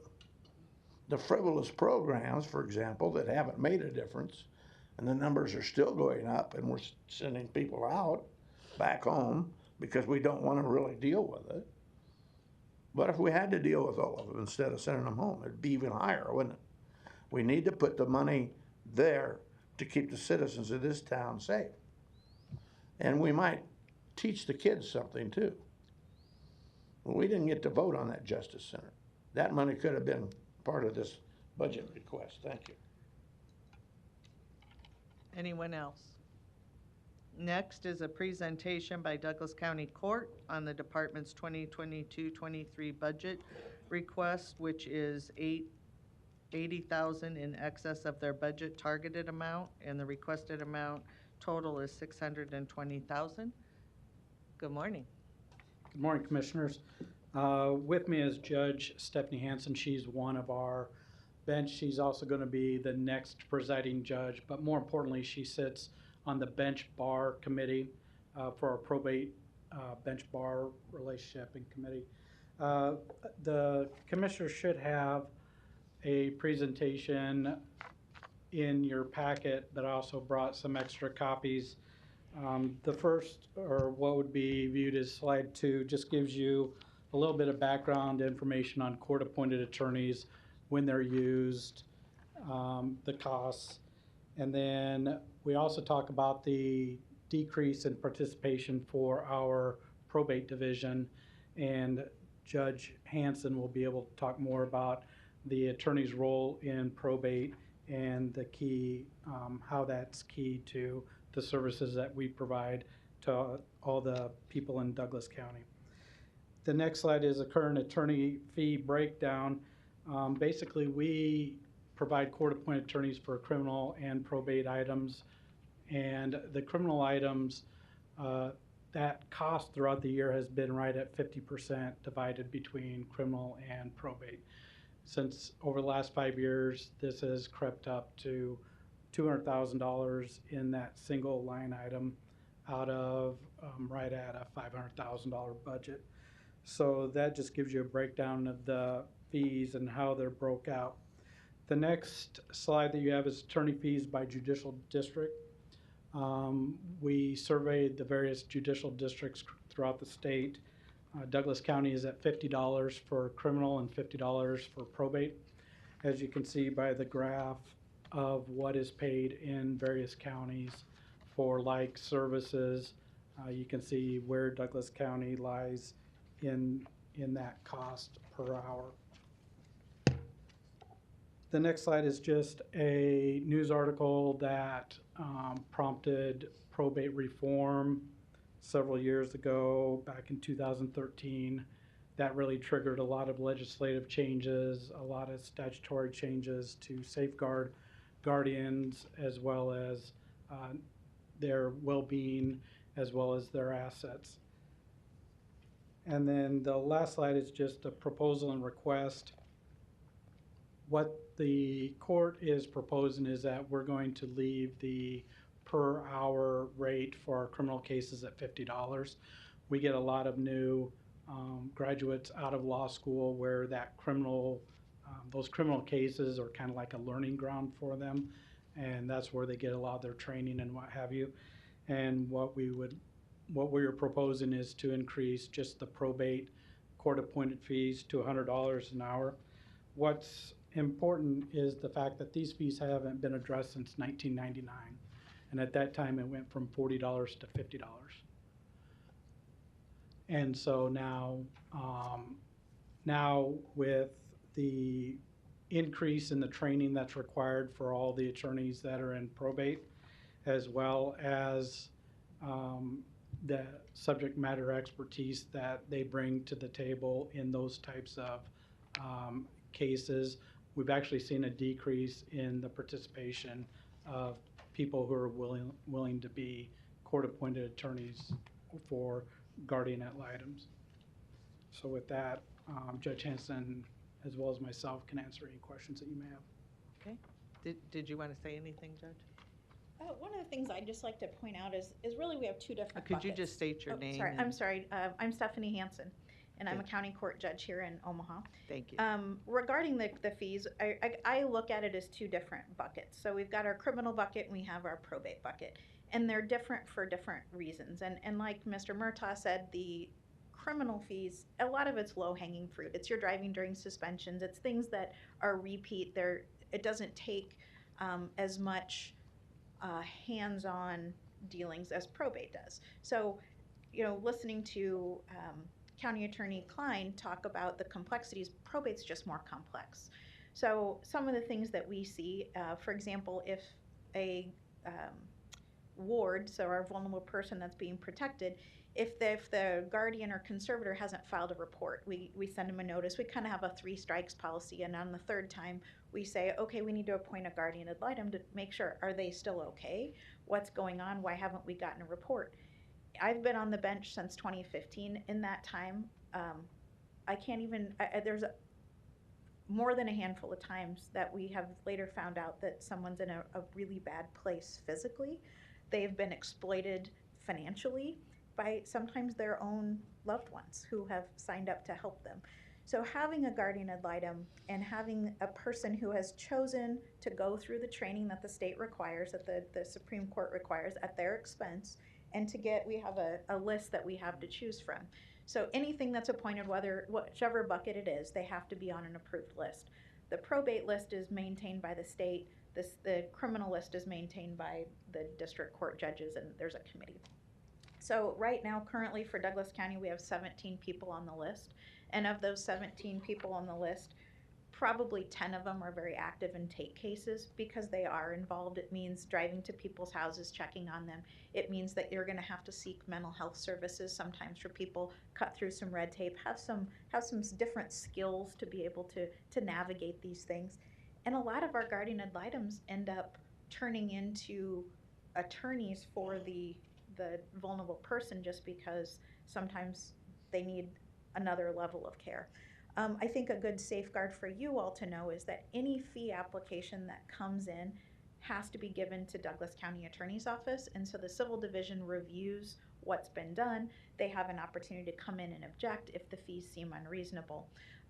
Because, again, we have such a limited pool, when they go to the County Attorney's Office, most of the time they'll sign off on it because, again, we've got a good relationship and they have a good relationship. They've earned that trust from the County Attorney's Office. So we don't have very many fee disputes that come before us. So with that, I think that it's only reasonable, again, I got sworn in 2000. So this $50 has been around since before I was even a lawyer. So I think it's time to pay people commensurate with their experience. So thank you for letting us have the opportunity to talk to you. Thank you, Judge. Commissioner Kavanaugh? And thank you for this, Judge. We appreciate your input and the service that you provide to the people of Douglas County. It's been difficult during COVID to keep the courts open and running, and I know that the risks that you personally have run and those that work in the court, Mr. Murtaugh and others, because you're open to the public all the time, COVID or no COVID. So thank you for that, and we appreciate it. I think these numbers are justified. My question, I guess, would be comparing us to Sarpy County, Lancaster County. How do we look comparatively to other counties, in the state, particularly the big urban counties of That's a good question, because we do lose some of the attorneys. Everybody has a capacity to take on so many cases.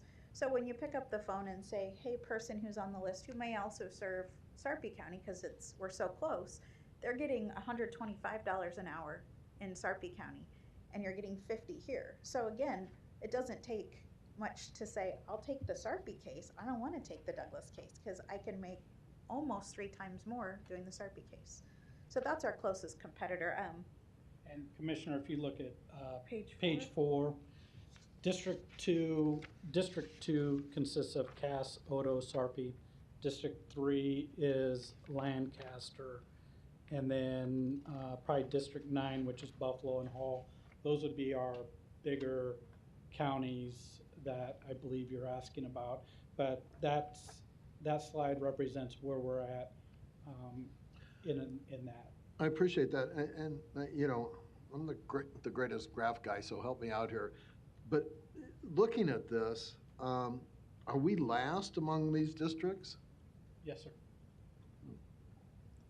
And the county court's behind juvenile court and district court as well. So we're the red line in that District 4, so we're right at $50. There's nobody even close to that. And it's in here someplace, but when's the last time an adjustment has been made in that? 1999. 1999, and it went from $40 to $50. So that might be something that, going forward, we want to take a bit of a look at. Have you found a practical difficulty in getting competent attorneys to fill these positions because of this? Yes, sir. That's an important factor because, I mean, people without competent representation are compromised in their ability to get justice, so that's something that we should look And at. as you know, as an attorney, we have two ways that we can appoint. We can appoint if someone wants an attorney, but if they have the means to pay for it, then we can order that as during that investigation, that if you find that the person has assets, instead of having the county pay, they can self-pay. But then there are also times that they're indigent and they need the county to pay. And so just making it reasonable, because if the same person can do the same work, and if the ward has assets, they might get their hourly rate of $250. But if they don't, they're doing the exact same work and they're getting $50 an hour. And you, as a judge, make that indigency inquiry to each and every person. Yes, and it's a little different in probate because they're not necessarily standing in front of you swearing to what their job is and what their hourly rate. It's more of an investigation looking through, are they receiving any, what is their income sources, what things do they own? And that's something we get a report on every year as just part of the normal reporting requirements anyway. So you have something to look at, but then once you appoint a lawyer or a guardian ad litem in there, they can re-look at some of those things. Is there an asset missing? Is there something that could be turned to cash? Do they have a car that's been sitting in the garage that they could have turned into something to be able to pay? Great. Thank you for this. I think this is very justified, and we might want to look at that going forward in terms of making an adjustment in that one category. And thank you for your service. Thank you. No other questions? Thank you very much for being here. Thank you. Thanks for your time.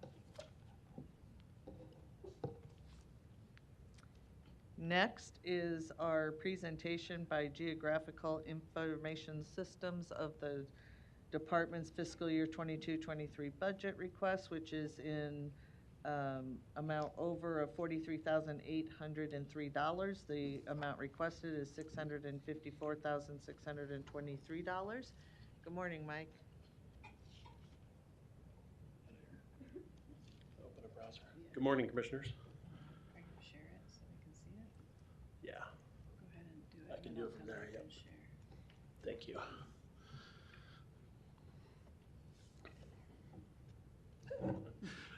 It's like, yeah, I'm gonna need that, aren't I? Give me just a second.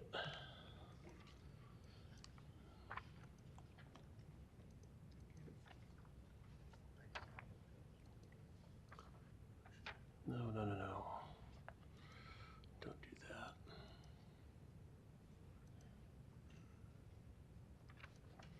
And I don't want that.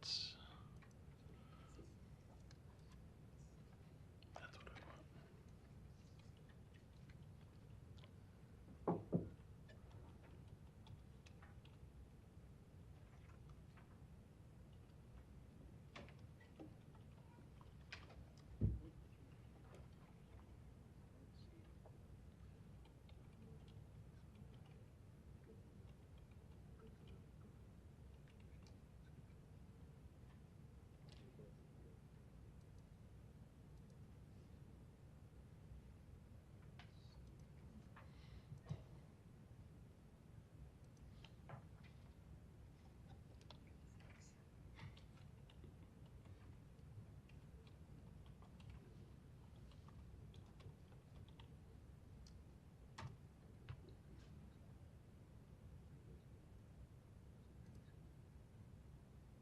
There we go.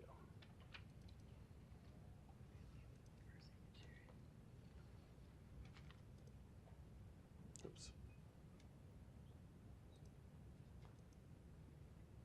Okay. Is it Zoom now? Yeah, it should be. It's just Zoom's just minimized. Are you sure? I believe so. Yeah. Okay, Mike, whenever you're ready. Okay, good morning, Commissioners. Thank you. Mike Schonlaw, Douglas County GIS. I've just got a few slides for you. I wanted to give you a quick update on a couple of our projects that are coming up over this year and next year to give you a little bit of framework for my budget requests. So One of the big things, one of the reasons I'm up here today is to request some additional funds for a large new GIS platform that we're deploying right now. What that means is this is a new way that both county employees, city employees, and the public will be able to access some of our software and technology. So when we deploy something like this, there's some additional costs for software and system architecture that are required. They're kind of upfront costs.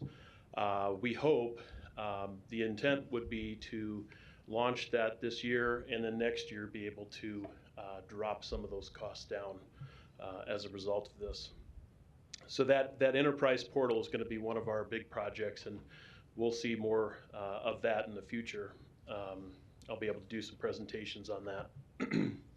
A couple other big projects we're working on. We've had some very good success early on with our projects for the county sheriff's office.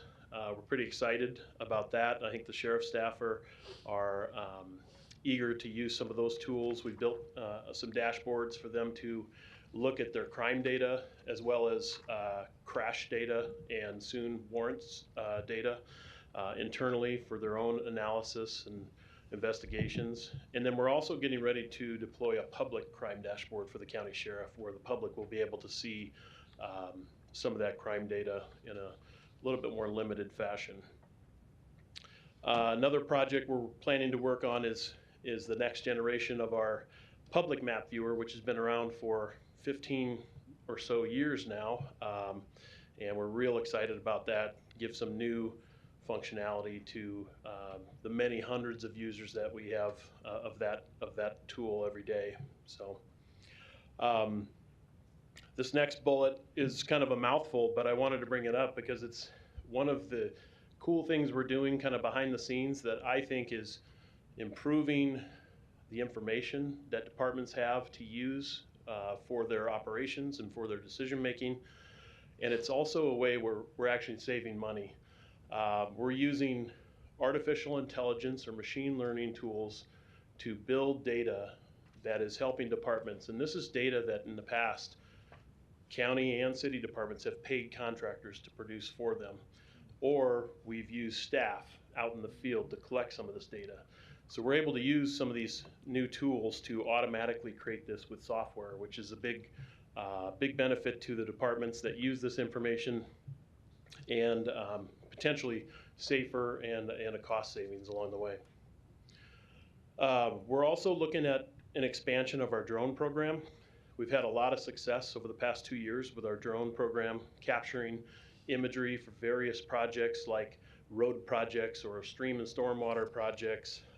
Post wind event, we did a lot of drone imagery for the windstorm that we had last year.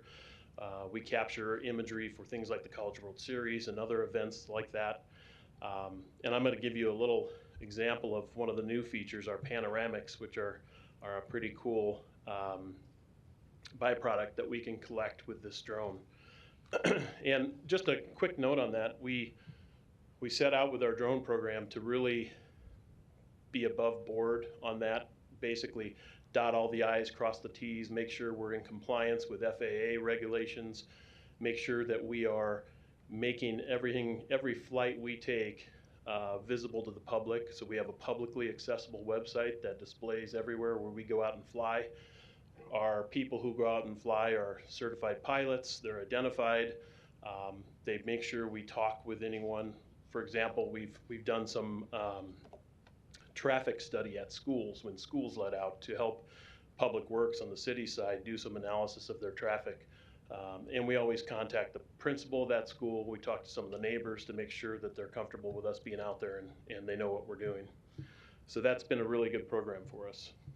And then we have a couple of big city projects that we've been working on, our new Parks Finder for the Parks Department and Historic Landmarks Viewer, which is a really nice view of all the historic landmark features across Omaha for the Planning Department. So I have a couple of just real quick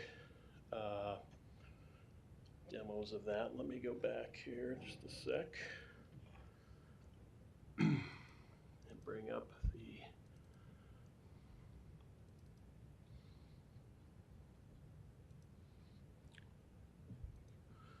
Yeah, so this is a couple of just quick screenshots of our sheriff crime dashboards. And I know you can't see all the details here, but basically this is allowing the sheriff's staff to really drill down into crime data across their districts and get details that will help their investigations and basically cross-reference data across different areas, and there's a lot of different filters they can apply. And the public dashboard will have some of that similar capability, and we hope to enable it so residents or neighborhood groups can sign up for notifications. So if there are certain types of crimes that occur in their area, they would be able to get a notification of that. So we're excited about that. I mentioned the machine learning or the artificial intelligence. These are two quick examples of where we've used software to detect swimming pools across neighborhoods in the community.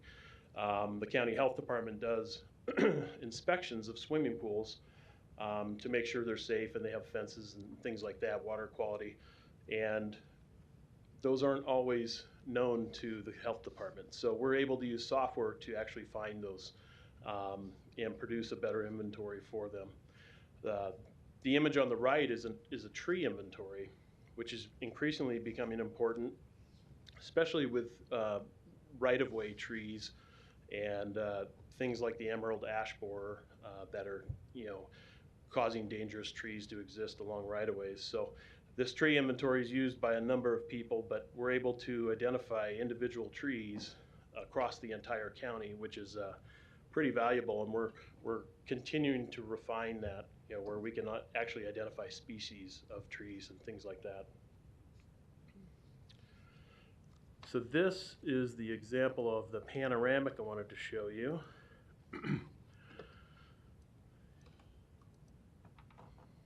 And so this was taken with our drone. This is a downtown. This is the Creighton campus we're looking at here. And you can see how nice of an image that produces, not only for just visual appeal, for things like maybe the Chamber of Commerce would want to use something like this, but we're interested in working with, say, public properties to develop a panoramic of all the county campuses using this tool.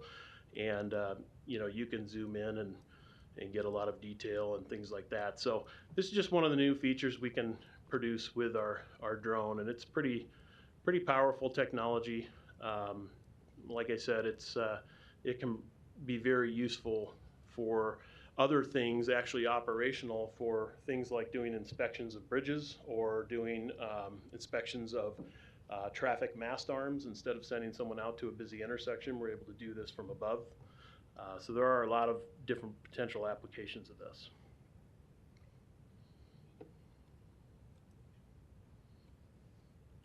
Okay, now down to the brass tacks here. I just have 2 slides, try to keep it very simple. My budget is fairly simple, but I wanted to point out a couple of things. This is our revenues, revenues, and as you can see, we are expecting an increase in revenue this year of about $36,500. Our revenue primarily comes from the city of Omaha and Douglas County, as well as a typical annual grant from MAPA, which this year is projected to be about 10%. So we are looking for an increase in that MAPA grant. Our submittal to them was a little bit more than last year. And then also the city, we've done a little bit more work in this last year, so their share has gone up a bit.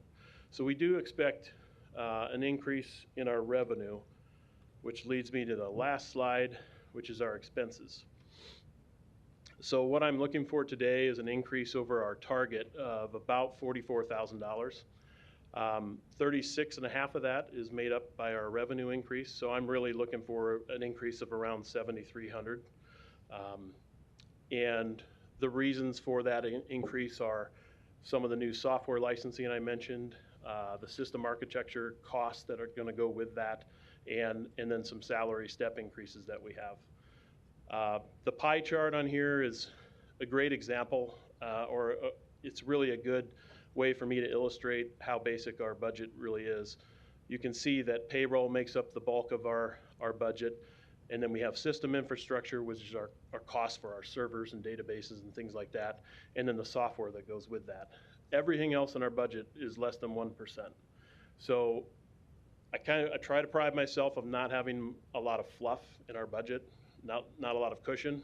The downside to that is I'm usually up here every year. If we have any variance in those other three things, I usually have to come before you. But I don't mind doing that because I'm happy to talk about any of the line items in our budget. And I think the additional money we're asking for this year will pay for itself in the additional technology tools we can develop and data and tools that we can build for departments to hopefully run more efficiently. So with that, happy to answer questions. Thank you, Mike. Thank you. Commissioner Kavanaugh? Thank you for this. Relative to this drone thing, I'm kind of curious, how many drones do we have? Our department just owns one drone. There are drones owned and operated by other departments, both county and city.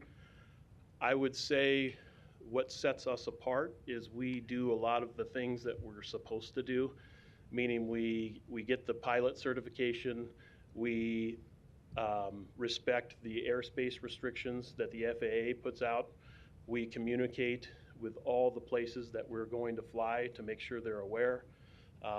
We've never had a crash or an errant drone flight to date, and we've had about 150 of those flights so far. So we think we're doing everything to make sure that the public and our departments can feel confident that when we go out to collect it, we're doing it correctly and producing the data that they're looking for. I know sometimes we've had some stories from other departments where they've had a drone fly off, or they've had it crash, or they were collecting imagery in an area that was restricted, and we're trying to avoid all that, make sure that we're on the up and up, and we've had a lot of success so far. So when we fly this drone, do you pilot it from your office, or do you go out in the field? Or No, we have one of our staff is a certified pilot, and then we always have a spotter who has a pair of binoculars. Basically, you never lose eyesight of the drone. And he flies it from a little iPad. And we've actually are implementing some new technology so our spotter can actually see what the drone is seeing on a camera on his phone. And we can collect data as that drone is going overhead, which is very, very powerful. And if you think of all the times you've been out in the community, say a busy intersection, and you've seen a government employee on the side of the road or a utility worker, and you think about how dangerous that is, this is the kind of technology that can help alleviate some of those issues. And not only improve safety, but also collect the data better and faster. And so we're exploring more of that with various departments.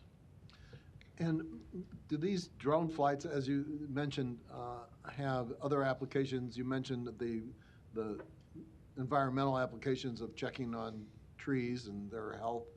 What about revenue applications for, say, Board of Equalization assessment of property values? You showed a picture of folks with swimming pools. Mm-hmm. Are they tied into that? Not today. That could happen. I mean, there are restrictions on flying over people, but not over structures. And we don't want to make it seem like this is a Big Brother thing. We're spying on everyone. That's not the case. But there have been projects we've done where there have been reports of either a code violation or a zoning violation, and we've gone out and captured imagery to help make the case that this was a violation. We do have other projects that we've done. For example, the county's weed control superintendent. We flew some drone imagery over the Lake Zorinsky area where they had sprayed for an invasive weed. And from the ground, you can only see so much, but with the imagery we captured, and then we did some follow-up analysis, we were able to show him on a map exactly where it was Phragmites was the weed that they were trying to get rid of. We were able to show him areas where the Phragmites still existed, and the spraying they did wasn't fully effective. And so that's something where he couldn't have seen that just walking on the ground. And we were able to help him by producing some maps and data that help him pinpoint where else he needs to apply those sprays. So, Well, great. Thanks for this. I think it's very justified expenditure. Thank you. thank you. Okay, anyone else? Thank you, Mike, and thanks for the good work you do. I know, I think our departments have underutilized GIS, and I like the idea that, and would actually suggest that maybe during one of the department head meetings, we have a presentation by GIS to let them know what tools and resources are there for their use. Because again, you do an absolute great job, so thank you. Appreciate that. Thank you. All right, no other budget presentations. We'll move on to Community Service Committee. There's two resolutions. Number one is a resolution to approve an interlocal agreement of the purpose of sharing building inspectors across jurisdictional boundaries. And Dave, do you want to give us just a brief Good morning, summary of Commissioners. this? Dave Forrest, Planning and Zoning Coordinator for Douglas County. The issue before you today, the first issue is an interlocal agreement to share code inspectors across jurisdictional boundaries. I think everywhere in the Omaha metro region, we're experiencing a shortage of qualified inspectors. And one of the potential solutions we came up with in discussions with adjoining jurisdictions is just sharing folks. If you have someone who's out sick or out on vacation and you need somebody for a day or a particular inspection, you can just call up the jurisdiction and say, hey, can you send Joe over here tomorrow to do an electrical inspection? So it's as simple as that. There's no money exchanged. We would assume that each jurisdiction assumes their own liability, and it's pretty much just a handshake. Okay, any questions or comments? Is there a motion to approve? Motion by Commissioner Boyle, second by Commissioner Morgan. Please vote.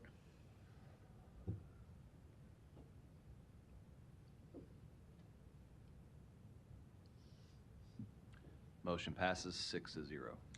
The other resolution is a resolution to adopt the 2021 International Property Maintenance Code and amendments and rescind the condemnation and dangerous buildings procedures. So we've been having discussions with the Douglas County Planning Commission over the past several months about adopting the property maintenance code, because we at the staff level feel it's a better tool than the current nuisance regulations that the county has, which are really based on state enabling statute that has to do with disease vectors, stockyards, dairies, junkyards, things like that. We believe that we have some situations in the county where the property maintenance code is the tool to use for those specific circumstances. The city of Omaha has adopted the property maintenance code, and I think for the very same reason, that it's the right tool to use. And so we're suggesting that the county adopt the 2021 International Property Maintenance Code with the amendments that were discussed in the Planning Commission meeting, and rescind two documents which we think are out of date and can actually be better addressed through the property maintenance code. That is the dangerous building procedure and the condemnation procedure. Both of those things are covered in the property maintenance code. Any questions or comments on this item? The only question I have is, adopting this, how do we, how does the public, because again, this is going to affect property owners and business owners and such, how do we make them aware instead of a, letter that, hey, gotcha, because you're not following this, and they know nothing about the change? That's a good question. We could put a notice on the website. We could, that would be for starters. I'm open to suggestions. We could also send a letter to folks that that are potential subjects of this enforcement that we've adopted this property maintenance code. And I think the start of putting it on the website is a good idea. And again, it's mostly to make people aware, because a lot of times we change things and then they don't have any idea we've changed them. And we're out there, you know, kind of big bad government telling you that you violated this and they don't even know the change has occurred. So I think the website is a good start. I think even for Western Douglas County, something in the Post-Gazette, because everybody takes the Post-Gazette out in Western Douglas County. So anyway, we can kind of talk about other ideas, but that would be a good start. just so you're aware, this is really a small subset of properties that we're talking about relative to the entire Western Douglas County area. I know, but we get the calls. I do too. Believe me. Yeah. So the most we could be proactive, That's fine. the better. That's fine. Yeah. Commissioner Friend. Oh, thanks, Madam Chair. Dave, thanks for the information. And I actually did. I'm not really a nerd. I think maybe I'm not. Maybe I am a nerd. I don't know. Just say, do we get a vote? Let's vote on that. That's a resolution soon, I bet. I've actually read some of this, and part of the reason is because I've got not a great background in it, but I used to deal with IECC codes and all kinds of things that the state was actually forcing onto its local communities. The thing that always, the question I wanted to ask you to piggyback on what Commissioner Borgeson said, it goes back to enforcement. I mean, these guidelines lay out some of the enforcement initiatives that we can put in place, right? So what I'd hate to do, it's my thinking out loud. The Sheriff's Department's busy enough. We're going to hear more about that later on. And the last thing I really want is to find out a week and a half before the case that there's going to be 2 deputies showing up at somebody's place in Northwest Douglas County or down in some other area of our county, and they didn't know. So what I liked about it is you guys are these standards and these codes lay those things out, how that stuff's actually going to apply. Am I mistaken with that? No, you're right. Sending a sheriff's deputy out is the last thing you do, right? You're going to send out a notice of violation to the property owner. You'll probably send a second notice of violation if you don't hear from them or get some kind of compliance. And the last thing you would do is issue a citation. My point is, I think I'm in a weird way kind of defending these standards because they lay out process and procedure that will allow you to stair step to, I wouldn't call it punishment, but adherence to certain guidelines that Douglas County decides that need to be upheld. These are just gonna help that process. I guess that's what I'm getting at. Yep, I agree. Thanks, Dave. Yep. Any other further questions or comments? Larry?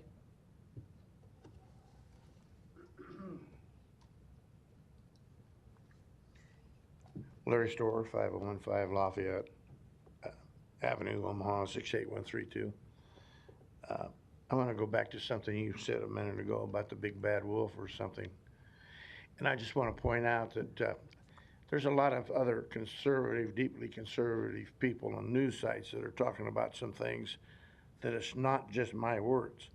I'm going to give you an example. The World Health Organization. Everybody's in a Twitter now because the World Health Organization is going to take over our Constitution. Larry, and this may be stick to true. the agenda item, please. Ties to this. Here we have another international organization. See, you interrupt me sometimes before I get to finish a sentence. Please don't do that. I know. International organization for this, international organization for that, and the best practices. Here we have something similar to the UN, something similar to the World Health Organization, but it's international. I don't know who that is, but they're telling us, maybe me, what I can or can't do with my house. It's not you guys telling me that. It's somebody else. Oh, does that absolve you of responsibility? Maybe, maybe not. But when you wake up the next morning, you may not have a chance to change it. So stop relying on people outside of this state, city, and county, and do the job you were hired to do. Thank you.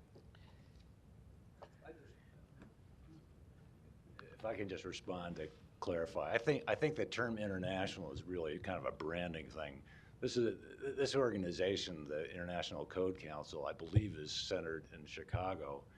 And the folks, and the way they develop these codes is it's actually code officials in the United States meet in committees, and they're the ones that drive this. So it's not, you know, a cabal of international folks that are trying to impose something on the United States. These are firefighters and building inspectors and code officials who work on this year in, year out and make recommendations, and that it gets adopted in the latest version of this codes. Thank you. And again, I guess my biggest thing is just to make sure our citizens know what the change is, because I'm still a little bit uncomfortable that it feels like we're kind of bringing in a hammer, and I just don't want that to be the case. So if we can let them know, that'd be great. With that, is there a motion to approve? Motion by Commissioner Rogers, second by Commissioner Morgan. Please vote.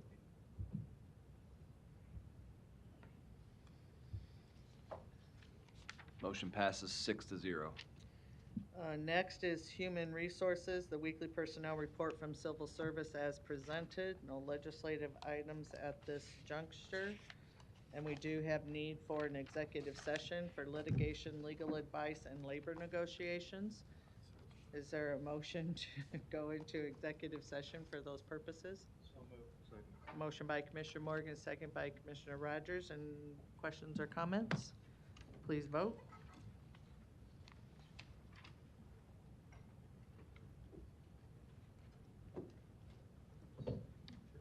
Motion passes 6-0.